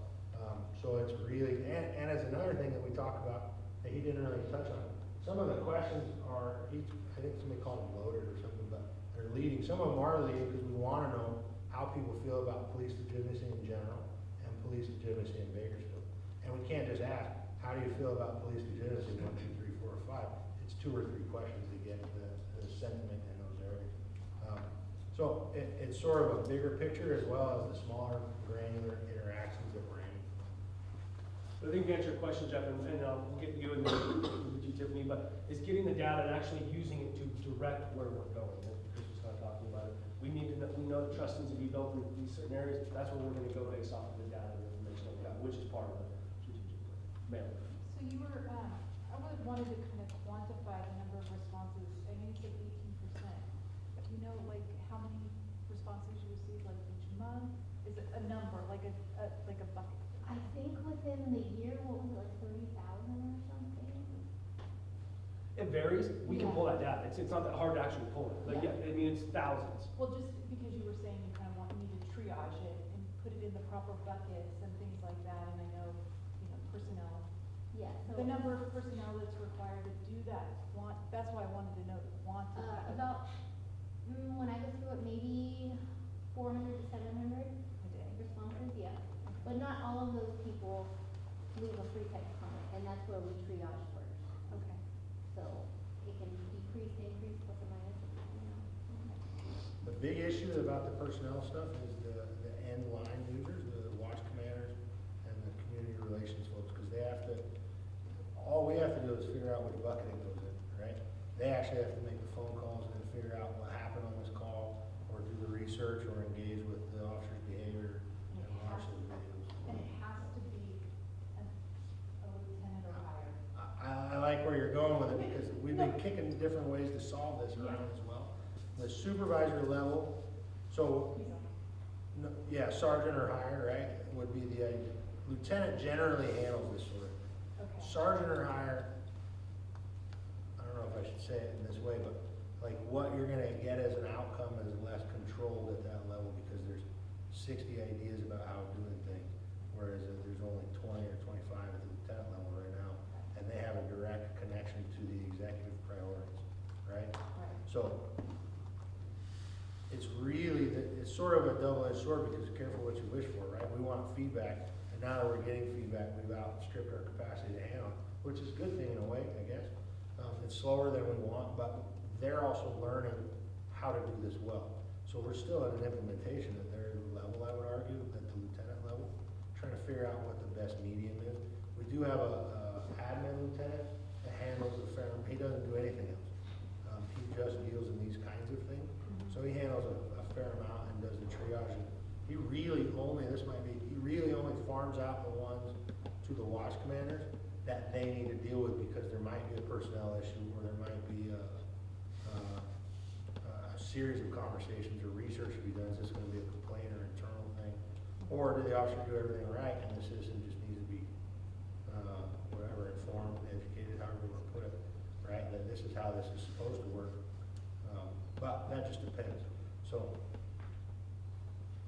it's a really tricky thing to funnel it down to lower levels, because what we don't want is somebody blowing it off or covering up for their friends or whatever it might be. It's sketchy. It's hard to figure out yet. And then as far as response time, for non-emergency calls, have you thought of not an officer, but another type of personnel that we could be dispatched to non-emergency calls to take reports? It's still a person in PPD, but maybe not have a gun? Yeah, so one of the things we've done is continue to grow our police service technician implementation, and to handle a lot of the burglaries and those types of things, where they're getting somebody to come up in person and take their report, dust their fingerprints and those things. But we have so many residential burglaries that we are having to continue to hire these folks just to keep up with it, and it's hard to find folks to do that as well. So we're always constantly evaluating. We've talked about the mental health clinicians that are in our comm center, mental health clinicians that are out in the field with our officers to try to help handle those mental type calls, or those calls that maybe the officer doesn't need to go, but maybe they do. But we're always trying new things. But with a lot of these calls that an officer shouldn't be going to, it's all based on priority, and we're trying to handle the lower priority ones as much as we can over the phone or with somebody without a gun to go out there and handle it. So always constantly evaluating. And you know, there's a tricky part to that too, because there's a lot of folks who expect to see a police officer and don't want the service tech to show up to their call. So like you get a little bit of both, whereas I've been demeaned because I didn't get a real police officer to come to this. That happens on traffic crashes a lot with the service techs, but it's a tricky, it's always a balance, I think, no matter what you do. And that comes back into you hopefully educating the community, the people that you represent and deal with is, these are the limitations of what the police department has, and this is what you can expect. So the last thing we want is unmet expectations, right? So we want the expectations to be consistent, where if somebody calls, they know, hey, I'm more than likely gonna have to do a report over the phone. Or our dispatchers being very intentional with the language that they use of, hey, we're not gonna get there right now, but we will get there as soon as we can, and maybe a couple hours based on, where your call lines up in the priority of things, or hey, it may be a police service technician, but it's not gonna be a police officer. As much as we'd like to send an officer, but making sure the expectations are consistent too, so people understand kind of what we're doing, and it's not malicious in any, but just resources are thin, and we're trying to do the best we can. Tiffany. Mr. Hill, is there waiting? Fire away, Mr. Hill. Yeah. He's a patient man. Well, my question would be more toward the surveys, the feedback, and I wanted to know, like, have there been any across-the-board operational changes in the way that the police department operates because of these surveys, or is it too early in the series to tell? Yeah, I would say at this point in time, it's too early to tell. And then also I said one of the limitations that we have is that we don't have the personnel to actually respond to these in a way in which is timely as we would like. We would like to get handle these things as quick as we can, within a couple of days or a week, if I'm being honest. But it's hard to get that actionable information because there's just a lag time, because we don't have the support for it. But there is data and stuff that we look at, that the chief and command staff will look at, that I'm sure has probably led into some decision-making or maybe policy modifications, but nothing on, I think, the macro level that we've seen, because it's still kind of new, but I definitely see that happening. So that would be sort of the end game to this. Yeah, definitely, taking the information and the data, and good data, and say, okay, what does the community need? What's gonna make us more efficient? What's gonna make us better based off the information that we get? And then how do we make those changes? So again, continuing to process that information, continue to drive our survey results up, continue to have the right questions that you all are talking about. So when we get that information, we can say, okay, this is good actionable information. Now what do we do with it? That's the main thing. And I think we're bought into this, but we want to make it worth our while. We don't just want to have data for the sake of having data. We want it to mean something, because it's costly. Okay. The system isn't free. I'll get Tiffany Drake on the. So, you made a statement on just, I think you made an example, where somebody called, oh, the call was great, the officer was great, but when you are listening to it, it's something that should be expected. To me, that sounds like a problem issue, because if this is the type of thing that you guys expect, but the community doesn't, do you return that phone call or try to figure out how you can make that line of stuff just like expected and not great for the community, if that makes sense? So if the community already has a low expectation of the police department, anything that you do, even though you guys expect something professionally, like this is your standard, and they're just meeting that standard, but for the community, that's not their standard of you. How are we going to get the community where you guys are, where that is just the expectation and not like a wow factor for them? Yeah, that's a good question. I think we all have our own expectations of what we think is professional and accountable and those types of things, right? And there's some people that burden or that threshold is much higher, and there's some people that burden or that threshold is much lower, right? And I think my hope would be that as we continue to grow our community partnerships and develop legitimate community engagement strategies and plans, that the people that we all have influence over, you would let them know that what our expectations are as a police department, and that we expect our officers to be compassionate, accountable, and professional. Now, will there always be probably some ups and downs on what that level looks like? Sure, right? Because I think we're all human beings and our experiences are different. But one of the things we want our officers to do is to change that person's experience from every call, because every call matters.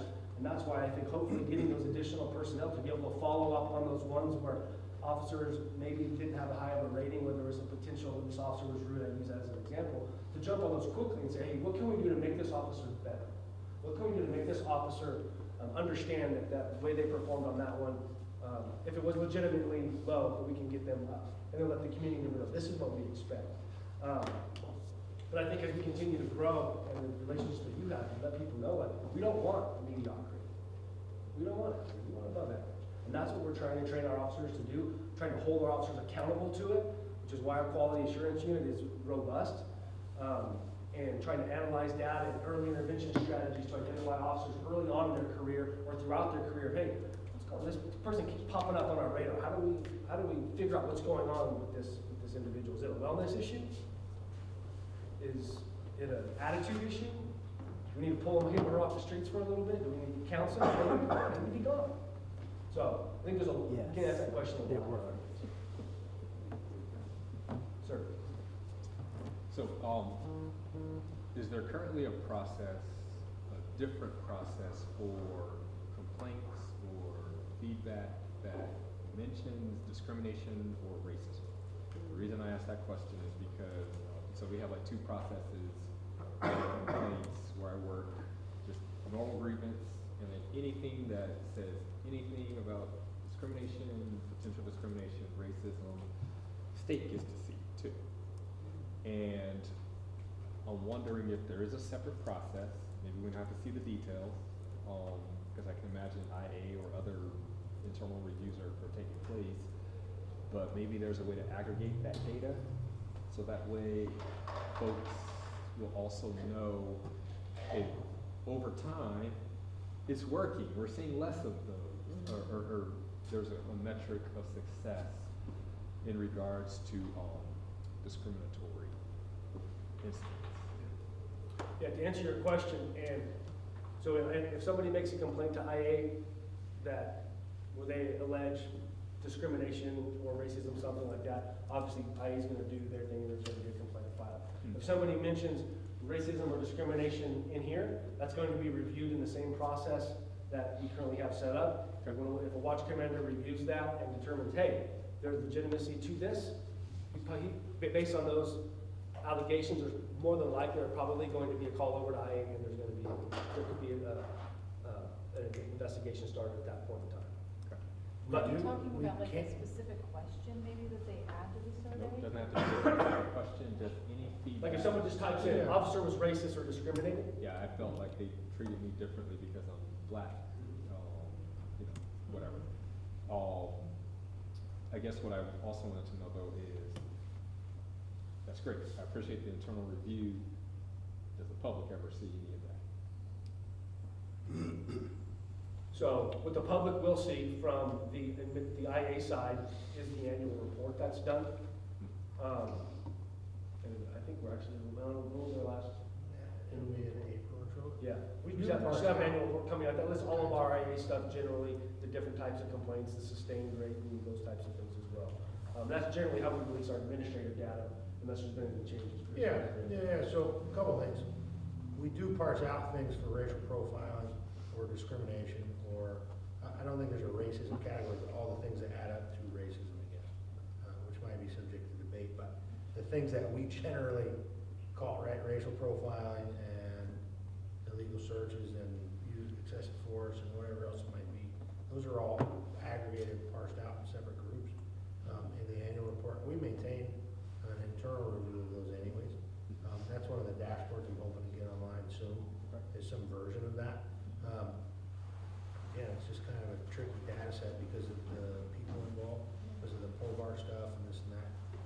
It's tricky, but we do have it internally. Even on a dashboard, we have it internally, so we're hoping to do sort of what we've done with the use of force, is take parts of that and put it public for now and add to it over time. I don't know that this menu, I would worry about adding it to this survey, only because I feel like it sort of hits one of his things, yes or no, with no additional context. I would worry about, like, in what way were you then, right, treated differently? Like, how do you know? And what do we do about it? That would be, like, everything that we want to do on this is, what can we engage with to improve any procedure, policy, whatever that comes from this? As far as the transparency side of the complaints, I wasn't really sure if you meant formal complaints or these complaints, right? Or both.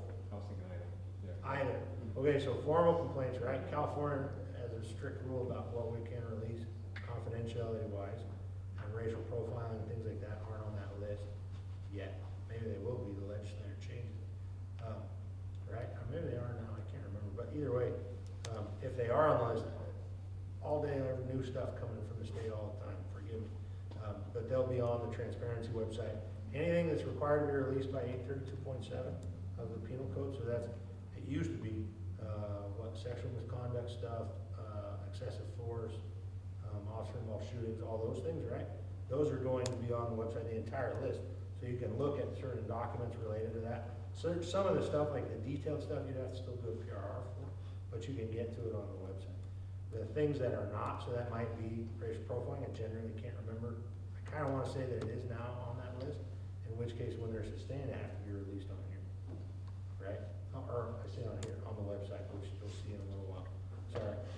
But these things, I don't think we would ever release outcomes from, we gotta release general numbers, right? These were referred to watch commanders, and these were the outcomes that came in general terms, but like, we did something about this one, this one, this one, this one, and this one, I don't think so, because of the POVAR stuff.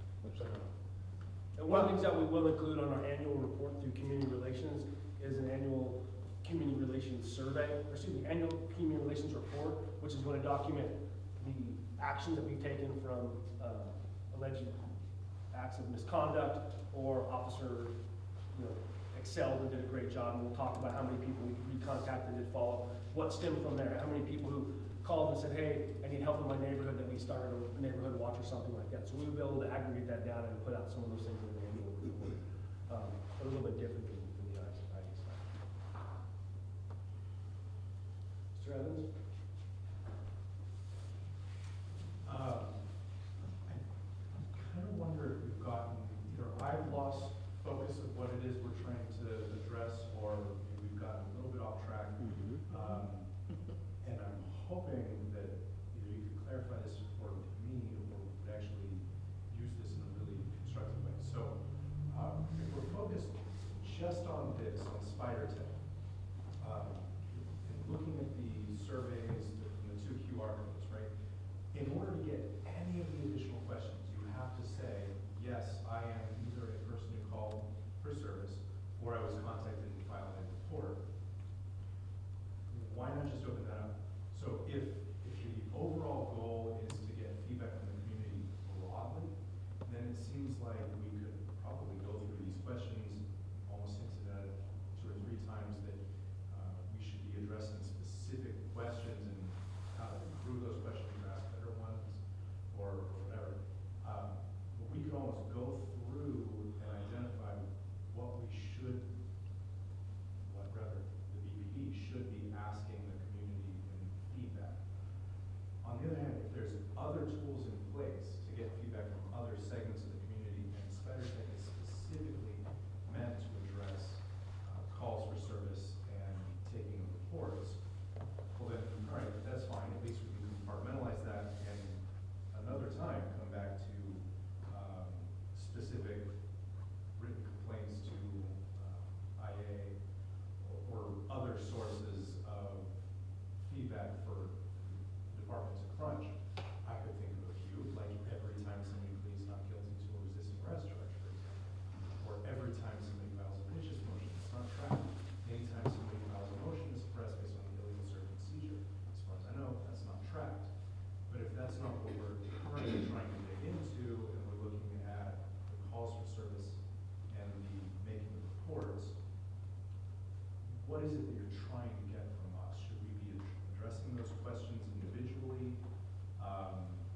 or what? A few times we've come back, I counted 3 times already, coming back to the DOJ's approach or the stipulated judgment. I was looking at it. Paragraph number 145 includes that BPD is supposed to be taking a pretty broad approach to finding alternative sources for feedback and civilian complaints, including specifically even if some rando posts an internet video or a comment that's critical about BPD, like that should be considered. So just how broad of a discussion are we trying to have today or in this specific presentation?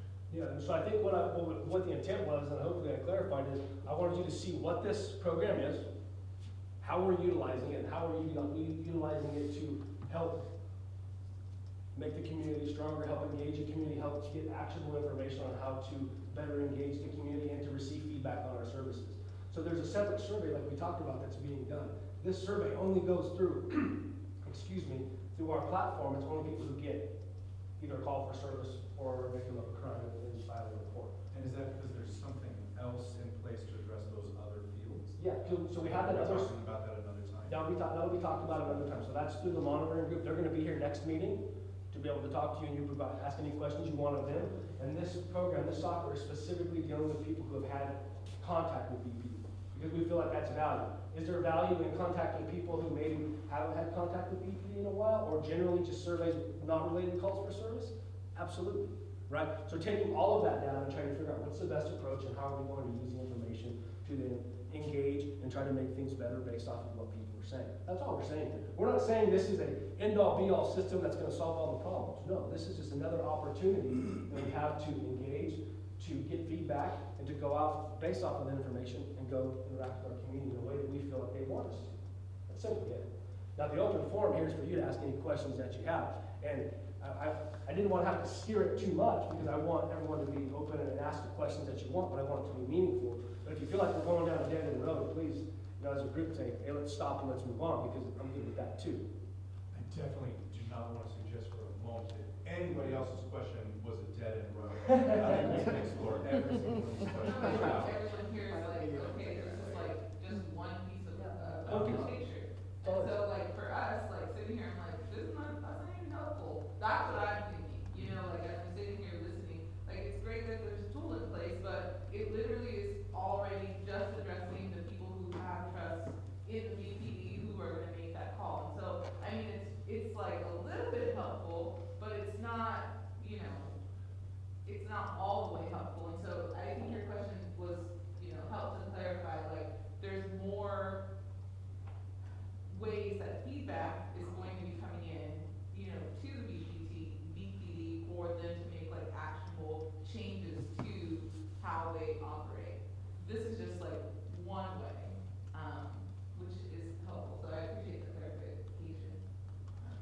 It's only one way. So, Ms. Brown, I was just gonna ask you this question. Yeah. Do you feel that if somebody says,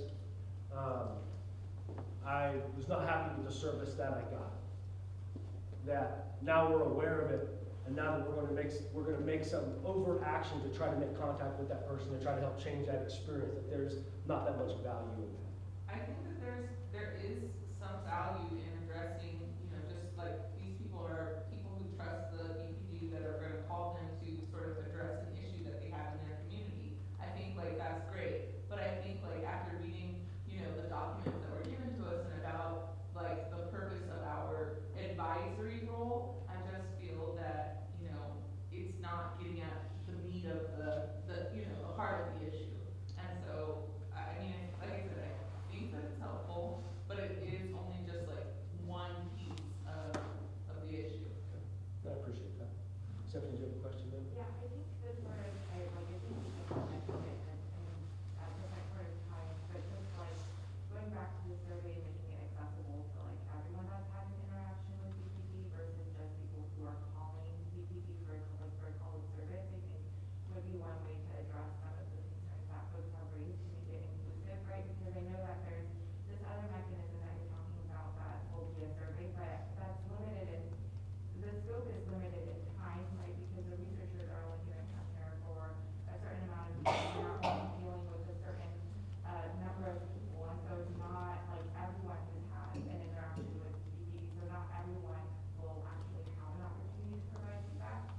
So I think that's like an important piece to like know. And then I think going back to through those sorry, things for changing questions, but I think the complaint process about like racial profiling or discrimination, I think if there's a link to, again, like at the end of the survey, to the personnel or citizen complaint, whatever BPD calls it, right? Because that's a mechanism where you can raise concerns about being racially profiled or racial discrimination in your interactions with BPD, and that's something that needs to be done. When you file that type of formal complaint, it requires like internal affairs investigation, and that is noted. And I think that BPD, well, they used to put like, we received this number of complaints, and this many alleged reports, this many alleged like racial discrimination. Yeah, your report, yeah. Yeah, so, like, I think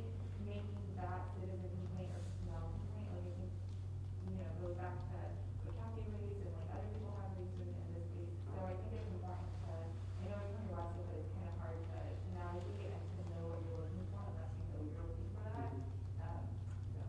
Yeah, and again, one of the limitations of the system is we cannot go back to old calls for service and send out surveys on those. So hopefully moving forward, and I would encourage you that anybody that you contact, if they call police, and I would say that not everybody who calls the police trusts the police, right? There's a lot of people who call us and maybe don't necessarily like us, or don't necessarily trust us, but they're still calling. To the extent that we would like, probably not, if I'm being honest. So hopefully moving forward, if you could tell people in your community, in the sphere of influence that you have, like to do the surveys. Let us know your feedback. Give us some legitimate comments, concerns based off of the service that you had. And then moving forward, hopefully our data pool gets bigger, because I wish we could go back, but the reality is we can't. But I like the feedback too, and we're taking notes of the complaint process. And should we have a link on there that directs you to, directly to IA, or you can download, direct download of a complaint form. Those are definitely things that we'll consider and figure out if that's something that we want to move forward with. Manuel, I think you had your hand up earlier. No, just to her point, Alicia, I agree with that in terms of, you're focusing on particulars, and certainly not all of it's appreciated, obviously, that's a testament to your professionalism. But that is about looking at the community as a whole, right? Looking at patterns, looking at greater trends that are occurring. Again, if the questions aren't there, you're not going to be able to do those types of deep level analysis. And so you're going to be faced with just a whole bunch of particulars that are very treetop general level based data. So again, I would push you to go in that direction. The University of Toronto, they will not be asking yea or nay questions. They will be asking very complex questions. All the more reason, be a fly on the wall, take a look at their process, right? And then I expect that those studies will be published. Well, one already has, right? Very cool. It's on the monitor report, and the other two are coming out. I will add though, just to sort of push back, they stole 4 of my questions for their survey. So, and I don't have an ego about it, I'm just telling you that, some of the yes, nos, I agree 100% with you, but some of them are control questions, some of them have other issues related to that, right? That, what we don't want is to answer the thing about open it up to anybody. What we want is data that we can do something with. You open it up to anybody who's ever got a hold of the link and somebody spams us with 20,000 bad surveys, then it's useless as data in that regard as well. So like, we have to consider those things. I don't disagree that measuring the community as a whole is a thing that we should be doing. We are doing it with the research folks. I mean, we're the ones paying for it. It's part of the agreement. But our relationship with them, you can ask Lieutenant Holt, he's the one who deals with it, is very good. To answer your thing about the survey, it's funny you said that, because I just thought that 20 minutes ago, whenever you said before, I want to talk to Todd about our survey and see if we can improve some of it. But then I would ask, the reason we have a 20% uptake and most surveys have like a 4%, I wonder if that changes that a lot, whether or not, you know what I mean? It's a question. But to that point, maybe you don't have 24 questions, because you have to be cognizant of the length of the survey, vis-a-vis, you want to focus on something that's 5 minutes completion. But then those 12 questions that you are asking are tangible, are specific, and are useful in some fashion. And then to the point of Jacob, I understood that as just one means of data tracking. I'm envisioning that I expect that we'll be doing something like an American Community Survey, a census, or it'll be a cyclical, and it's being done, and maybe that's much more open and toward the community. Anyone and anyone can complete that, and obviously that can be fashionable over time. Right, that makes sense. Definitely not using this as to try to fulfill the stipulated agreement by no means with this town, absolutely not. This is just another tool that's part of our engagement process and a feedback form. That's it. When we're trying to utilize it in a variety of different ways, but not meaning for it to be a one-stop catch-all for everything, by no means, by no means. Two questions. One, can you explain COLAR, because somebody mentioned it, and everybody may not know what it is. And then two, what about the people that are tech challenged? When it comes to these, the surveys or feedbacks, because they may call, they may, some people still got the dinosaur cell phone that you can't always give that back. So what are we doing to kind of assist and help those? And then we think about some of our elderly people that do call, they may not know what to do with those. Yeah. So I'm gonna answer the second question first. There are definitely limitations, I think, to anything you have, and we're trying to be as user-friendly as we can with the technology that we have. And what's that? I can include a phone number with it, with whatever code attaches to their survey number or something. And they can call and somebody can plug it in for them. I can entertain that idea. I'm not completely opposed to it. I'm just trying to wonder how many phone calls and what kind of staff would be required to do that, right? So again, this is something that we value. We want it to be a priority. But then again, understanding too that if we're going to do something like that, what additional things is that going to put on the burden of the organization as we continue to even try to monitor the response that we're getting? We're already back on, right? But again, definitely not outside the realm of possibility, but something to think about. But we try to make it as friendly as we can. I know there's some people that's probably just not going to reach, and for that, there's difficulties. POBAR, we could sit in here and do a 4-hour class on peace officer and Bill of Rights. And that's all I needed you to say Yeah. was what? Peace officer, Bill of Rights. Peace So, officers, peace officer, Bill of Rights, consider rights that law enforcement I officers have. apologize. I assume everybody, I don't know why I would assume that, but I just decided you all knew that. It's not the Bull Riders Association. It's not that. I'm just wondering about like the cost, when you guys don't get a survey response from, are you guys tracking that as far as like zip code and the type of call request it was? Because also will be helpful, which is like what is the receipt period?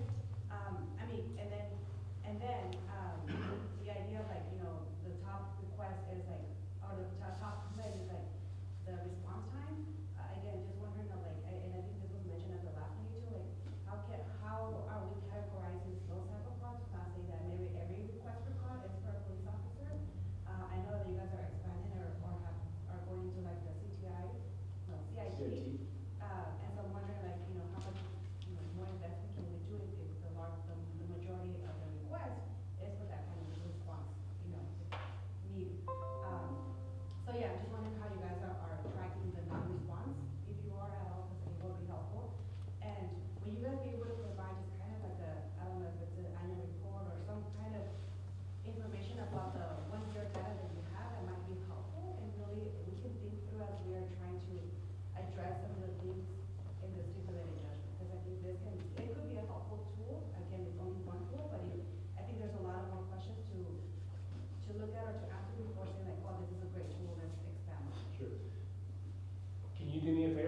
let me know, what data would you like to see from 2022 that you think would be beneficial for this group to see and to analyze? That you think the community would benefit from? And we can work and see. Let me say this, just so we're clear. If you were to publish an annual report, you would get none of our geolocation data. We wouldn't publish that with this, right? You would get the survey data in its whole. Because remember what I said before, the geolocation data lives in a different house. They're married together inside BPD, but they don't live together as data sets, right? And we don't release geolocation data on every call for service just cause either, right? So, you could have the survey data if you chooses to do that, but we'd have to talk extensively with the chief and the city attorney and them and do public record stuff for all the geolocation data connected to it. I don't think we would just give that away. But generally, Rose, I'd like to see what you guys want to know. Like, what kind of data would you like to see? Maybe we could run a report and say, this is what the responses were to this and to this, and those types of things. I mean, and maybe not just like individual calls, but more like, you know, like 93307, this is the top, you know, 3 requests. We could do it by district. And this is, you know, like, I guess by zone. By zone, yeah. Request. Yeah, that's right, we could do it by district, we could do it by, I don't know about zip code, we could do it by something different. Yep. And again, I think We the can idea, include like, that. how can I'm we, just not how, taking up data. how can we use this data to address what we're trying to address here? So it could be helpful, it's just, I don't know that we have the information that will be helpful to really say that, you know, this, like, this zone, this is a continued complaints or continued patterns. So we need to, you know, correct or update our training or our policy on this specific thing or whatnot, but, so for me, it would be helpful just to see some of that, like, what is, you know, I guess either by zone or stuff, what are the type of calls and what are the type of, response, or I guess requests that they need. And then, is it, you know, again, is it identifying, like, is it BPD the appropriate department to send over, or are we identifying, say, like, hey, let's work together, let's work with the behavioral health, and let's work with them to really expand on those services, because, you know, the majority of the calls might be not for emergencies. Sure. We'll get together and I'll get a list of some of the things that you want, and we'll see if that's something that we can put together. I don't think it's outside the realm of what Stephanie can do. Sorry, I know we're running short on time, and I will not be at the next meeting, so I'm gonna ask a question that's a little bit off the beaten path. What kind of support are you getting from the PIO for the city of Bakersfield in developing or crafting a narrative about what we're doing here and what BPD is doing to, as a response to what the original BPD Community Collaborative did, what they're doing in response to the stipulated agreement, all of that. I'm concerned about the trust in the community, especially after what happened with the sheriff's panel, and I wanna make sure we don't go down that direction. So I wanna make sure that there is some sort of strategic narrative that has been communicated broadly. Okay. And I think it's a great question. Elizabeth is our communications coordinator. She works directly for our PIO and she's, how many months have you been here, Elizabeth? 3 months. So she is now, she's going to be in charge of a lot of our strategic planning, strategic communication, both internally and externally. Let me ask you a question, sir. Yeah. What do you think it should look like? I think it needs to be a lot bigger and, Yep. and broader and, I'm gonna just say strategic. What I mean is, right now, I don't see anything, or not much. And the reason I asked the question is because it's like, most people probably know, but I was in that Killen County docuseries, and, I've gotten some calls from folks who were thrilled I was in it, and some folks who weren't happy that I was in it. And some people kind of accused or said, you know, Traco, it puts Bakersfield in a bad light. And I think it's causing trust to potentially deteriorate. I'm like, well, it's not my fault. I'm not the one that said it's, I'm sorry, it's better to kill them than to maim them. And someone's got to come out and probably say something differently at some point, or yeah, the nation, the world, other folks are going to continue to think that that's how law enforcement agencies locally think about different communities. So I'd love for there to be some sort of response at some point from authority structures or figures or something. And not just us. I've been out talking, I know everyone's been out talking, it's gotta be at a higher level. Yeah. I appreciate that. I wish the chief was here because I think he would probably, be able to address that specifically. And while I generally speak for him on a lot of things, I don't want to speak for him on things that I don't have the authority to speak for him on. Because that would be unprofessional and I would be unaccountable at that point in time, right? But I hear what you're saying, definitely. And hopefully he's back to work tomorrow and we'll talk about that. And definitely think, we want to be strategic in everything we do. We want to be responsive. We want to be intentional. We don't want to sit in the back and do things just for the sake of doing it. We want to be the model police agency. And we want to hear from the community as to what you guys think, and you ladies think that we should be doing. And if that fits in line with what our vision is and our values, then we'll do it. So along those lines, I don't think you heard me say yes, but I don't think you heard me say no, but I think you understand kind of where our heart's at. But let's continue that discussion. Okay? I don't want to beat a dead horse to death, but as far as community engagement portal goes, generally, does everybody have a decent understanding of what it is, what we're trying to do? It's not a catch-all, be-all, but generally it's a tool that we're using that could use some modifications, and I would ask your feedback on how we can make it even more robust and make it better. Cool? Good? Okay. And then we'll be available, I'll be available, I'll hang out as long as you need me afterwards, and so will Chris to answer some more of the technical questions that you have. But I want to be respectful of time because we want to cover something real quick, and I want to get you all out of here because I know you're all super busy. Okay? Good?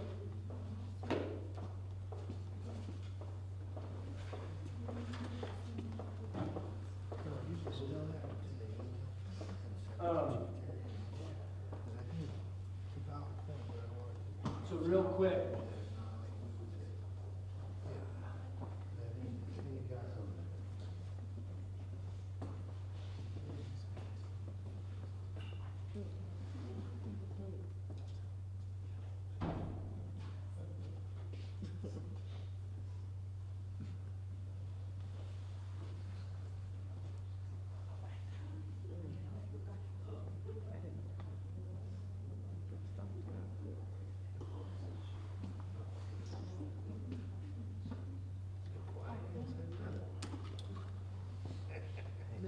picture up there?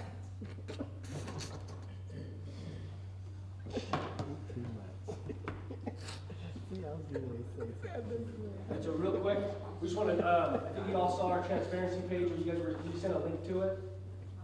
No, if not, we'll get you one, but it's on our website, it's up and running. This is just in the infancy phases of getting this thing launched. We've been talking about this for probably a year and some change, about trying to have a one-stop location where we house our critical incident videos that we send out, where we house our policies, procedures, training manuals, information regarding the stipulated agreement, all this information, officer records and misconduct that we are mandated to release by law, all those things so people can go and see them. So, like I said, this is in the infancy phase, but if you go here towards the bottom, on the left, and you click transparency, and scroll down, you're going to see these 6 tabs at this point in time. One of the things that Chris talked about was the officer involved shooting use of force dashboard. This is an interactive dashboard that you can play around with, meaning you can go in, you can put in and click specific areas, specific things, different data points, and can give you statistics and information regarding those uses of force. Has our policies and procedures, our current policies and procedures that we have, as we make updates and as we make things get approved and those types of things through this process, this will be updated as well. It has police records. Those are not here because we're still currently working on a way to get those on there. And we talked about those are all officer-involved shooting investigations, full investigations, and those are the cases by law that we're mandated to release regarding officer misconduct that are releasable by law, so you can go in and read those specifically.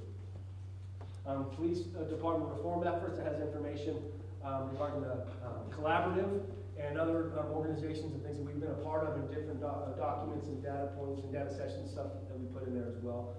Critical incident debriefings and a community advisory panel. So being able to go here, and it'll take anyone from the community straight to the monitor's website and information that is contained therein.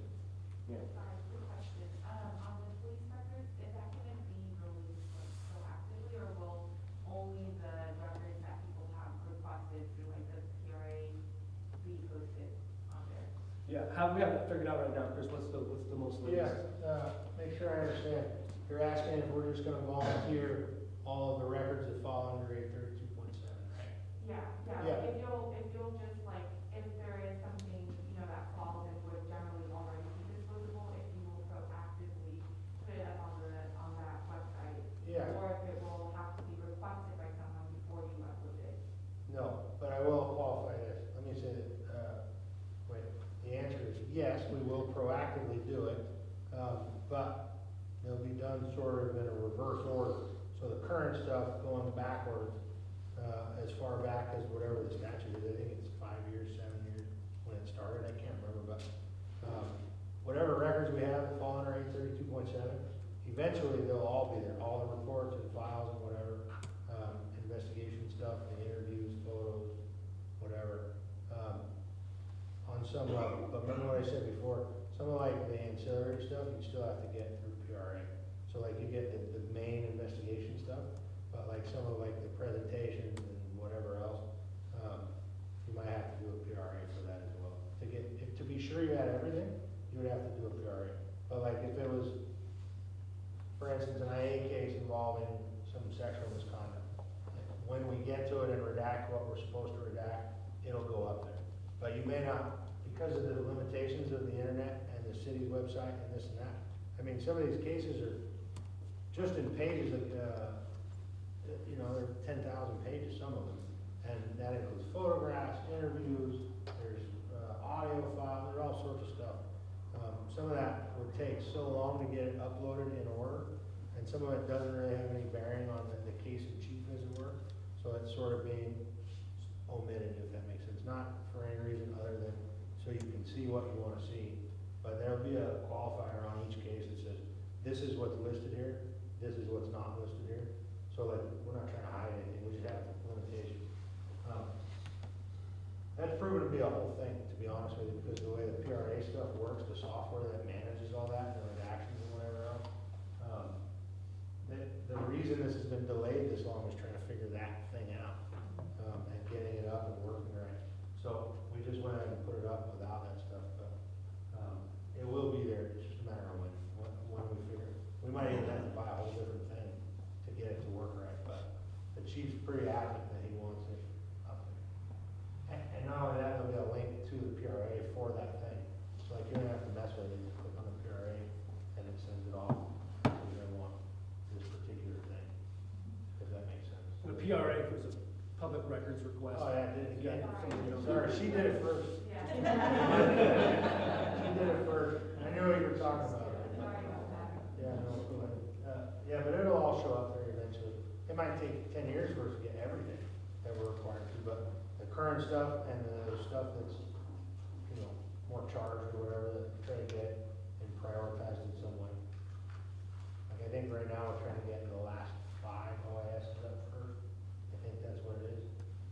But I might even have that wrong because I don't control all of this. I control some of it, but I work with the folks that do control. And that part involves records and everybody else. Last I heard, it was the last 5 is the goal today, and then we'll build it out from there. So generally speaking, this is gonna be our platform where information is gonna be available to the public. It's also gonna be the platform where we're gonna put information regarding our meetings on here, the minutes, the agendas, the videos, and those types of things, so people from the community can view them as well. It'll be under the Community Advisory Panel tab as well. So one-stop shop with as much information as we can release. So as you go home and leave from here and digest this, please provide the chief, provide myself, provide Chris with some feedback. What do you think should be on here? Is there anything that we're missing? Spend some time scrolling through the different tabs. Interact with the dashboard.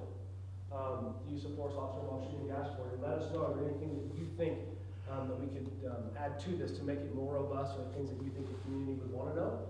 And then we can talk about that next meeting and start to kind of build this thing out as well. Rosie, is there? I'm just curious, and I think I just wanted to explain what I shared for example, like the critical incident stuff, not just like, hey, on this day, this happened, and that's it?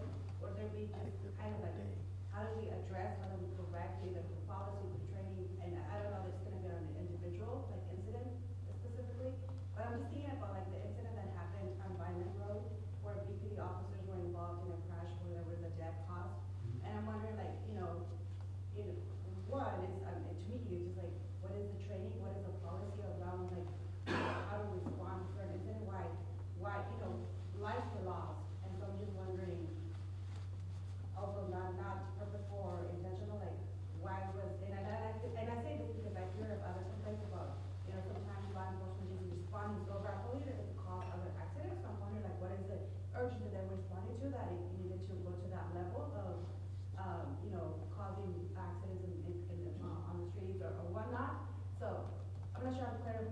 Yeah, no, I think I know what you're saying. You're asking if there's like after-action reports that address policy training, the situation itself and things like that, right? Yeah. Yes, there will be, and they'll be part of the records that are released by 832.7, right? So like the shootings and stuff, all the critical incidents will have an after-action. Not all of them. I mean, we just started doing that formally not very long ago, so a lot of the current ones will have that, but the old ones might not. But that being said, what's unique about that particular case, and just being open with it, is that would not be released. There will probably be an after-action report, but that wouldn't be releasable pursuant to that, because it's not an officer-involved shooting. Oh, no, it isn't that. It might be. Critical incident. Critical incident. Yeah, no, correct, but critical incident, it is a critical incident, no doubt about that. I'm talking about the access to it being on here, so I'm just trying to be accurate. That's with all the records related to 832.7, right? Which is officer-involved shootings and stuff like that. I don't remember if there's car crashes or stuff like that would be on it. So, It's not even ours though, I'm sure that work in that. well, that's what I'm saying, I'm not even sure, like, it was a CHP crash, CHP investigation, sorry. Probably, it could be a criminal thing, it was a civil thing, I don't know when that would be done, or when it would get posted, and I don't know that it would get posted on air, is what I'm saying. I think that there's serious bodily injury, like just generally. Yeah, that's what I think too, that's why I'm sort of stuck on it, I have to think about it, but I think it's, yeah, TBI is its own category. Great bodily injury, serious bodily injury, same thing, sorry. Yeah, I think so. So then it probably would go on there. I don't wanna say yes and be wrong, and I don't wanna say no and be wrong also. So, I'm just saying maybe, how about that? It depends. Sometimes it does depend, and in this case, Take the lawyer way out, it depends. yeah, there you go. The problem from here now is that they just updated 832.7. And believe it or not, they deal with it all the time. Stephanie deals with it all the time. I just don't know if it says use of force leading to serious bodily injury, or if the department intends, I can't speak for the chief, but I mean, it's sort of stuck. The first answer is yes, after action reports will be part of the records that we release. The second part is, I'm not sure that that's a record that would be released, I have to think about that some.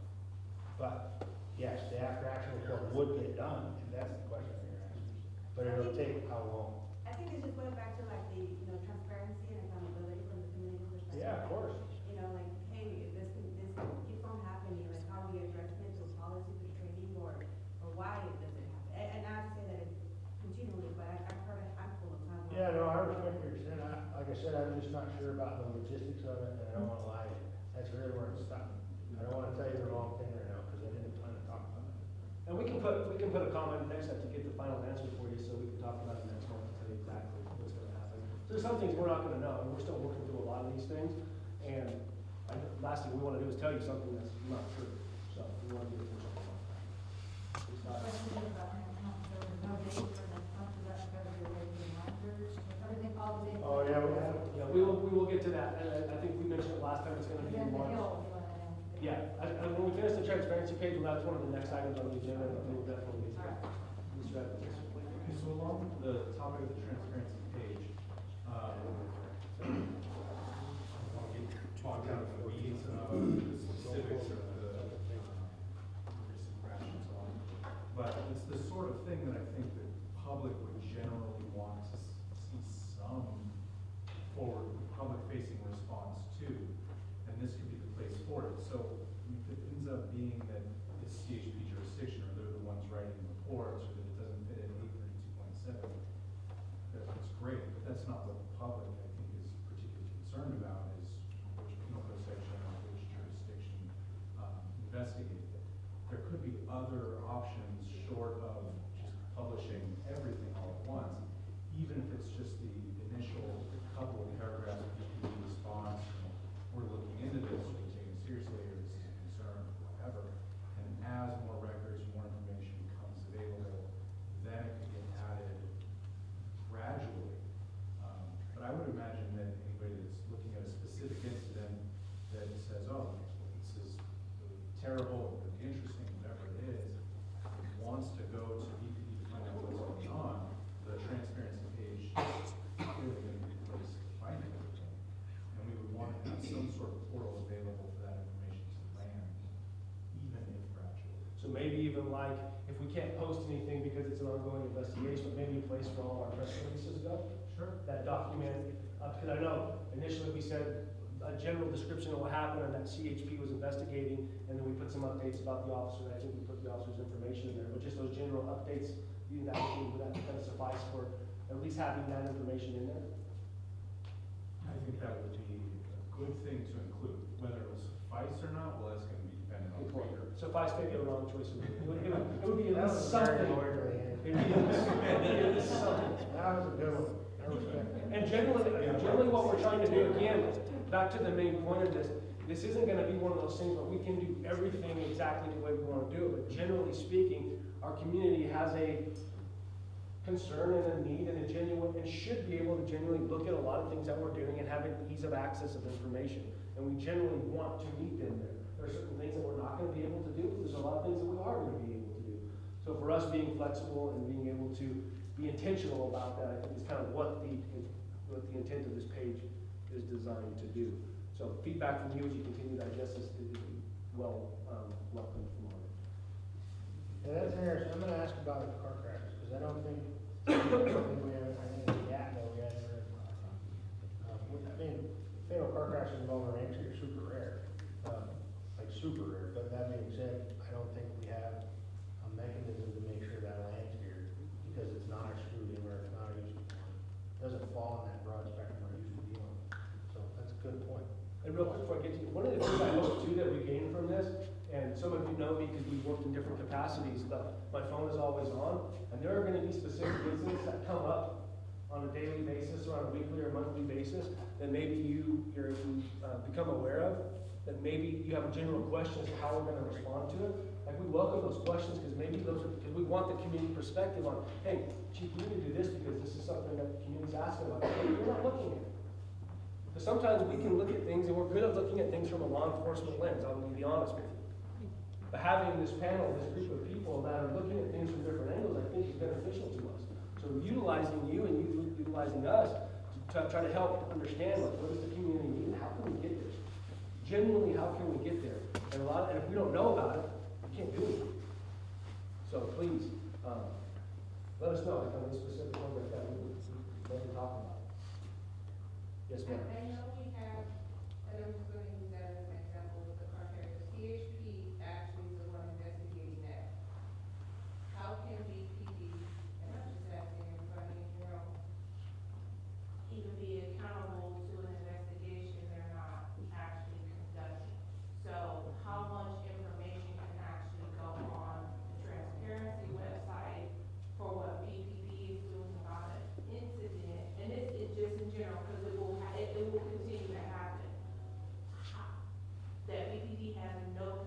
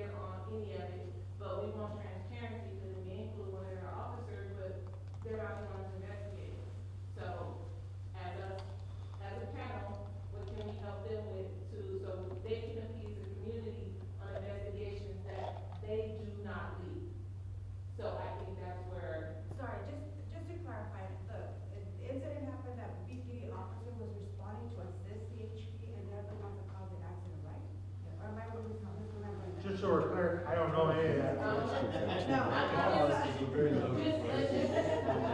What's that? Oh, yeah, no, we don't, genuinely, we don't know the CHP's investigating. I think they're briefing like the command staff on some level, but I promise you, me and I haven't been. The only thing I know is what the news said. Yeah, that's what I was going to know. So that's, I guess, just to address that question and comment is that the reason why is because BPD, I guess, again, what is the policy? Like if you're the closest one to, CHP requested assistance, and you're the closest one, and you're rushing over, what is the policy, what is the training generally? So how to respond or how to, I guess that is what our fear is at, because outside of that accident, I've also heard of other comments of like, they're also being just very reckless and like just driving through and potentially can cause other accidents. Yeah, And so I'm just curious, again, like, I would add this to policy, that the question. training, is it, you know, like, how can we address that? Because I don't know that this is the only, I mean, this is the most recent incident that we know of, but what is the training that they're receiving, or what is the policy around that? To say, like, I'm gonna, you know, go through this and unfortunately now somebody's died because of my accident or my record. I think to answer that question too, is one of the first things we gotta do is be aware of what does our policy say, what is our policy. So we have our policy available, current policy available to read for yourselves and understand, okay, this is what our policy says. We have our training manuals on there. I think we have our learning domains from the academy that talks about driving training, those types of things. And then as we progress into actually providing you with some of our policies and updated policies for the stipulated agreement, some of those, I'm sure, some of those policies are gonna come into play here. And there's gonna be some revisions and some back and forth and whatnot. As far as the case goes with the CHP, like, we don't know what's going on with the criminal side of it. They're gonna be done with it, and then the DA's office is gonna figure out whether or not a crime is. Administratively, the officers are gonna be either held to account for doing something against policy or not outside of policy, depending on what the CHP goes from their side. On the criminal side, but we can still talk to them on an administrative side. So there's two separate investigations. Police officers' Bill of Rights, there's a lot of intertwining in there, but as far as the criminal investigation takes precedent, and we're gonna let the CHP do their thing, and there's multiple layers of review that are gonna take place from the DA's office, whether or not did they commit a crime or not. And then we're gonna figure out whether or not they violated policy. You can sometimes not, you can do one or the other. But you also can't finish, sort of a catch-22, can't finish the admin stuff until the criminal stuff is done as well. So like we're sort of beholden to the CHP to do their thing before we can finish. We can initiate everything, we can only go so far without knowing like what actually happened and getting their case reports and all that stuff. So it's sort of, and when you deal with a crash like that, I used to be a crash investigator, you wouldn't know what to look at me, I agree. But there's so much stuff that goes into a car crash like that as far as depends on how you work it, but there's a lot of math stuff. And CHP is notorious for taking months to do it. So who knows on that? We can't even guess how long it takes CHP to finish that. But in the vein of transparency, we do not want the community to sit back and think, oh, nothing's happening. It's been a month, it's been 2 months, it's been 3 months, right? So educating and being aware of, hey, this investigation is still ongoing, it's not going anywhere, but this is the process that is in place, this is the policies that are in place, this is the memorandum of understanding between BPD and CHP is regarding crashes that occur in their jurisdiction involving our officers or their officers. So you have an understanding, you can explain to people, hey, this is normal protocol, and let's see what happens when the investigation gets done.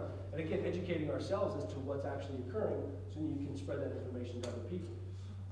And us being a source to help understand, or at least provide you with the information so you can read it yourself, become familiar, which I think is in the spirit of transparency, that's what we want. And we want to make this platform be a mechanism to be able to help do that as well.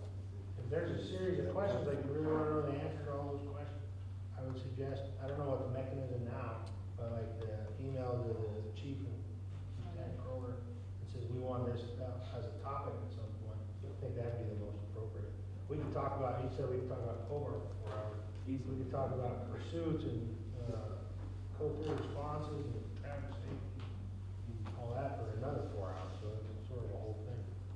But Are we good on the transparency page for now? Get a chance to digest it? I don't want to rush through it. If there's questions or concerns at this point in time, please let me know. But I think understanding philosophically how we're trying to use it and understand what its design is. Hopefully you can see it through that and let us know kind of where we're. I like what you're trying to do with putting all of this stuff on there. And what you just said kind of helps me frame it in a different way. So we see what you're trying to accomplish. I think it would be useful for whoever's designing the site to also think about what is the community probably going to want to know. And it's great that 832.7 stuff will be available as it becomes available, gradually, but that it's going to be there in a place. But your average, I'd say Bakersfieldian, probably doesn't know a whole lot about the distinctions in jurisdiction between CHP, KCSO, BPD, and when many people are saying, are the cops, do I trust the cops or not trust the cops? They're not distinguishing tan uniforms from blue ones. So maybe using this website is really good, but as you're developing and start to also think, what would the community be using this for? Not just agencies like the ACLU doing a records audit or something, but what would Joe Plummer be trying to learn? And that's where we get to things like press releases, and maybe some helpful links. Here's our policy on this, without expressing an opinion on the specific facts of any investigation. Here's our policies on this, and then it just links to these things that are already there. Here's our training on these issues, and it links to the stuff that's already there. Here's our role in this particular fact set, whatever it is in the press release. Or here's how we, the BPD, review these issues when they come up, even if we don't have an answer for you yet about what that review process results in. You say that links in the press release? Sure. Okay.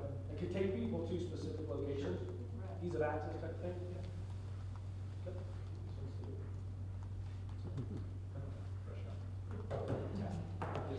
I'm not in this world, so I don't know what 833.7 policies and procedures means. I don't know what 13650 means. If I don't know, I'm fairly, so if I'm looking on the website, that means absolutely nothing to me. So you need to somehow, the other one, police department reform efforts, that makes sense to me. Yeah. Officer involved shooting, oh, that makes sense to me. Those two don't make sense to me. Yeah. And if you look at the top, maybe we could change the word then it says policies and procedures, and then below it there's like penal code numbers and stuff like that, which can be confusing, maybe changing some of the verbiage and wording. Again, look at those things, let me know, what would a layperson like to see? When you see police records, and then below it says PC 832, are people naturally just not gonna see the police records, but just see the penal code? And most people who aren't in a legal background, they're not gonna know what that is. You know what I mean? Again, we wanna make this user-friendly, so take your ideas and let us know what's gonna catch somebody's eye. Not just the content that's within, but the layout and the aesthetics, all these things come into play. We wanna make it user-friendly, we wanna make it look good, and we wanna make it professional, but we also wanna make it have the content as well that people need. So thank you. Yeah.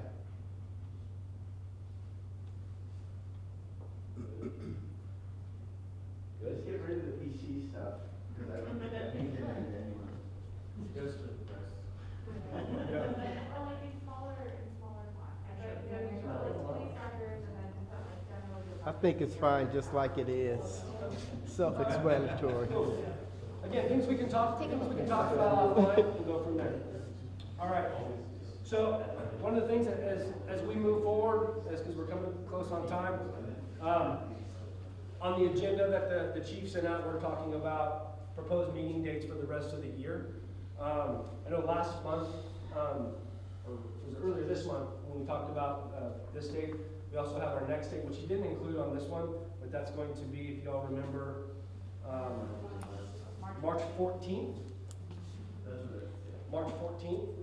And here's the plan for March 14th, is we're going to talk about our community engagement strategic plan, revisit some of the things we talked about today, hit the strategic plan, probably get it to you guys beforehand so you can get a chance to look at it, digest it, provide some feedback on it. And then what we're looking at doing is looking at potentially April 11th, let me back up. In March, the monitor will be here. They're doing their weekly visit. I think they come every couple of months, Brian. throughout the year, and the first one we're gonna kick off in the year. Yep. So they will be here, in a couple of weeks and be open for, dialogue and, see how things are going, from your end and all that goodness. Moving into April 11th, that's when we're probably gonna, present our canine policy. Yep. I don't know if the chief sent it out, but Google Docs is the platform that we're gonna be using. We were able to get it set up through the city, which I'm not an IT guy, like I said, but I guess we had to pull some strings, but we're gonna be using Google Docs, and that'll be a system to be able to go back and forth. I think some of you have used it before, as we start moving policies, back and forth, as we progress through actually getting some of this work done. What's that? Oh, I don't think we sent it yet. Yeah. We didn't send it yet. Yeah, that's what we will be using. It seemed like that was one of the platforms that would work best with most folks. Yeah. So kind of generally speaking, we don't want to do things that aren't going to work, and we want to be strategic in what you think as a panel would be the best way to get information. How do you think being presented with information with regards to some of our major policies that have gone back and forth with the numerous reviews, and then ultimately for your review, what is the best way for us to give you that information?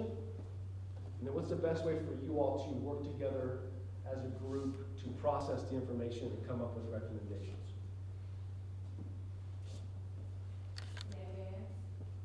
So that it be reviewed even before a meeting. Yeah. Because the minutes, some of your policies are gonna need to be explained because of the verbiage. Okay. So having some of that in advance, so the questions can be answered in advance. Come to a meeting, get your questions answered, and then get together in a group and kind of work out recommendations. That would be my recommendation on how, but in advance, but also making sure we know what your verbiage actually means in the policy. Because the words could be general words on paper, but they mean something different to the department as a whole. How about hard copies and breakout sessions during the meeting? Hard copies and breakout sessions? Yes. Okay. I think that the.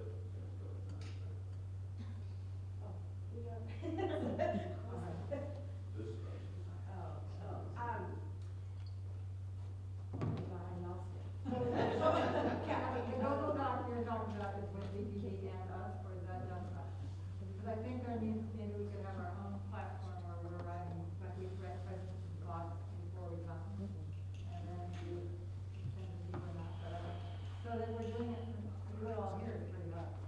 Yeah, no, there's not an expectation that everything's gonna be done. I wanted to say something out last week, and I thought, I'm not gonna touch everybody's email. You know, so it's kind of like, our own, that maybe we need more than one. Because anybody can do Google Docs, I send it out, I just ask anybody I want to come on this way. I mean, I do it for other things. I don't, just a thought that maybe we need more than one way to communicate. So possibly we might set up a grouping, maybe. Who's used Google Docs before? Yeah. Does it allow you to communicate with each other openly and Yeah. share information and track changes and all that type of stuff? It says track changes, you can see it. Yeah. You can add comments, tag Yeah, people. we can let people, everybody know. Wonderful. I remember. I really like that idea, and I think that would be really helpful of like, before you guys send us like a, whatever, 4 or 5 page policy, to get a presentation from the, I guess, I don't know, the policy person or the trainer. SMEs, subject matter experts? Yes, the subject matter expert from BPD, but at the same time, I think it would be helpful too, and not just to say like ACLU specifically, but organizations who have, like for example, Sierra Leone, language access experts, and us, we presented on like the use of force, like, in our experience with other departments, it's that their policy interpretation is a little bit different than how we interpret like the new use, AB 392, the use of force policy, and so just having those presentations to like get us on the same ground, so we can break down into conversations and then make group suggestions of like either, line edits to the policy or how it's been interpreted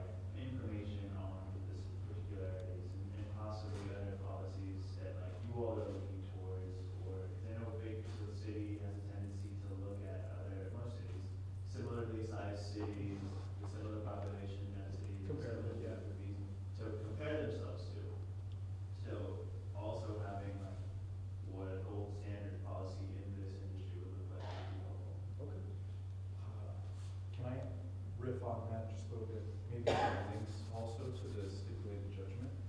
If there's particular parts of a particular policy that relate to particular paragraphs of the stipulated judgment, maybe that could be included in the recommended reading. There would be effect. One of my concerns is I don't want us to be an advisory committee or panel that is acting out of ignorance. I have an opinion on X, Y, or Z, but I have to acknowledge my opinion is not as informed as it could be. And so I think, having these links and maybe some examples of, for instance, I'll pick on the Keenan call where he said, I like dogs. There goes the extent of my knowledge of Keenan Hall. And so, you know what I'm saying, you get my point. And I want us to be informed so we're making recommendations that are gonna be helpful, as opposed to, shared ignorance, just because we watched a Discovery Channel show or sure. Thank you for that. This.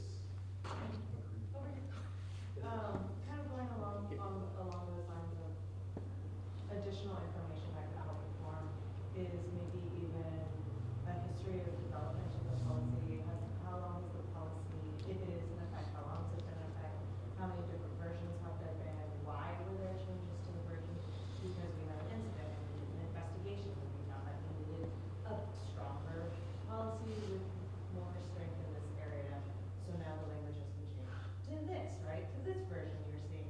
So that way, as we're giving recommendations, we're not giving recommendations that have already been tested and tried and have been found to be ineffective. Like, we're actively adding to development that has already been taken place. Good point. Anybody else? We want to make, we're getting into the meat and potatoes of why we're all here. And we want it to be effective, we want it to be intentional, we don't want to waste time, right? So we want to make sure that we're trying to vet out as much stuff as we can, developing the working norms so we all understand culturally how this group ought to behave and how we need to interact with each other. And then once we actually get into the work, how are we going to do the work and how are we going to make it meaningful and effective so we can move through these areas to ultimately make things better, right? And to make our community safer, to make these trust levels go up, to make people feel more comfortable and confident with their police officers, because they understand that there's different things in play. We have multiple people coming to the table to advise. So, good. So I know one of the things that we'll do is we'll have subject matter experts providing a brief presentation or a presentation on the subject material, whatever it may be. We'll identify some of the revisions, show how we believe or why we believe it's in compliance with the agreement, and provide additional information and those types of things. So we'll take all these things that you said and we'll see what we can kind of come up with and try to provide you with as much information, because there's different levels of experience and so forth as we'll dive into different topics. Yeah? All right. Yeah. Let's plan on a meeting for 2 weeks from today. Let's plan on a meeting here. And then we don't have anything reserved for April moving forward. So I know there have been some concerns about or possibilities of moving elsewhere. I'm open to suggestions, but based off of what y'all wanted is you wanted food. So we will be providing food every meeting, so a place that has the ability and the infrastructure to probably have an area where we can serve food, restrooms, a big enough meeting space, a place that has a project. We don't have a mobile roadshow per se, this stuff stays here. So maybe something that has monitors and the ability with Wi-Fi and connect to the internet and those types of things. Please throw those out and we can start planning those out in advance, and we'll let you know. We can change the meeting spot. There needs to be a place that's conducive to hold this type of meeting and have this kind of discussion. Maybe on July 8th, the 17th is a Monday, I think, and it's the 18th. July 11th. On the agenda, does it say 17 or 18? I got July 11th. Tuesday on my calendar. Okay. That's Okay. Are we sticking with 6 to 9 inches? We'll stick to 6 to 9, but just like anything else, I think as we hopefully go and we move through these things, it's not gonna be the whole time. I don't want to keep us here just for the sake of keeping you here, because some of the most busiest people in the community, and I wanna respect that. Literally everything. So I don't anticipate every meeting lasting the full time.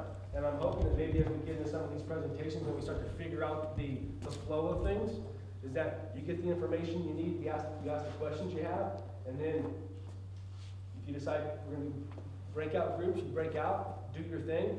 Staff sits back and hangs out in case you need some questions answered or need some context or whatever. Y'all can do your thing.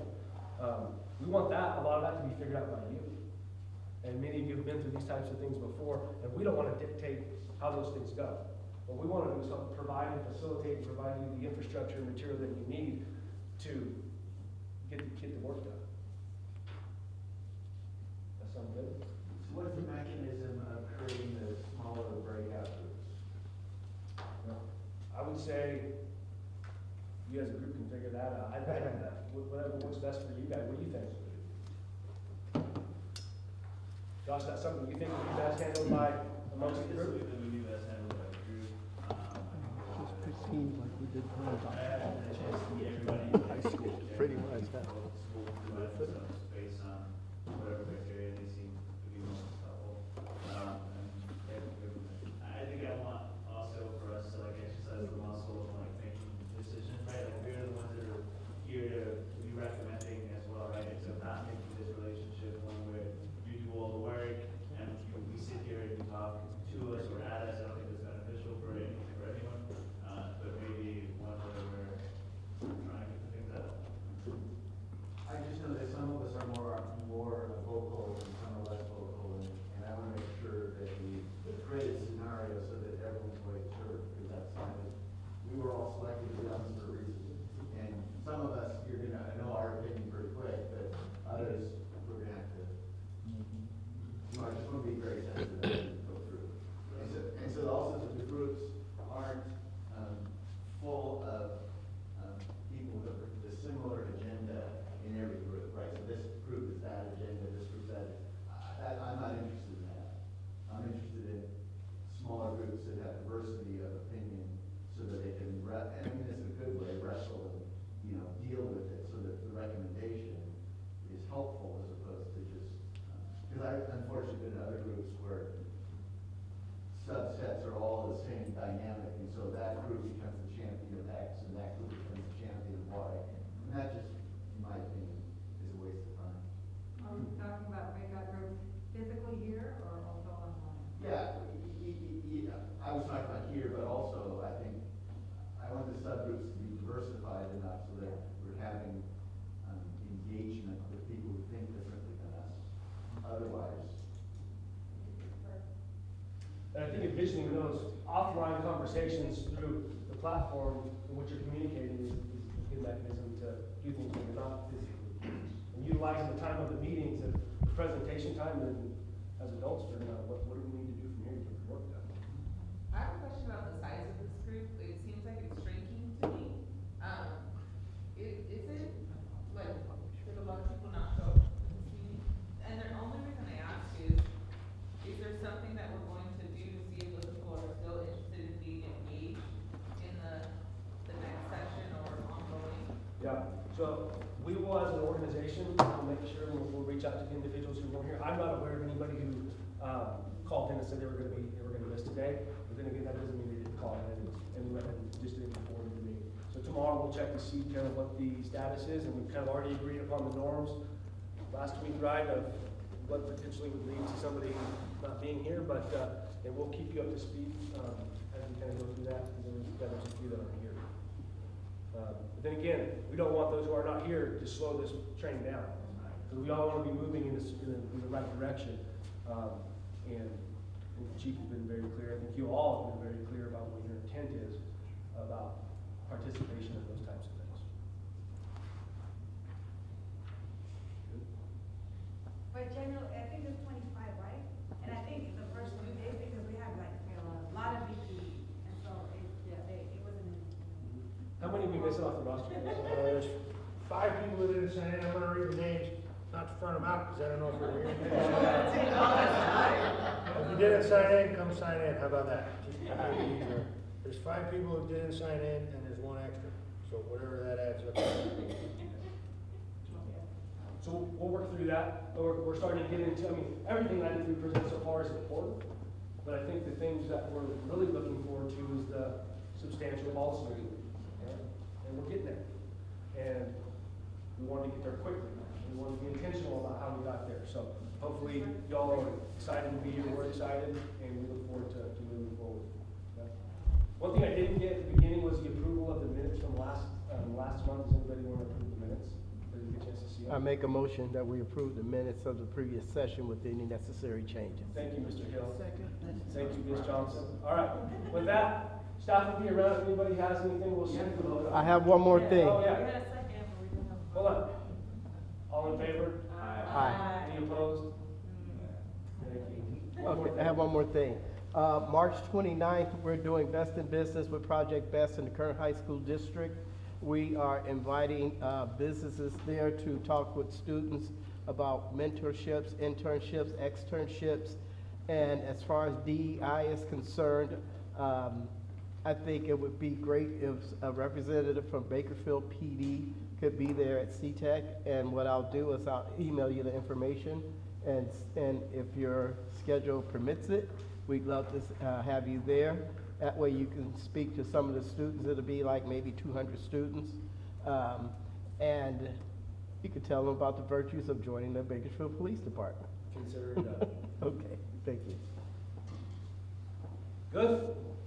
All right. Thank you, folks. We appreciate you. The information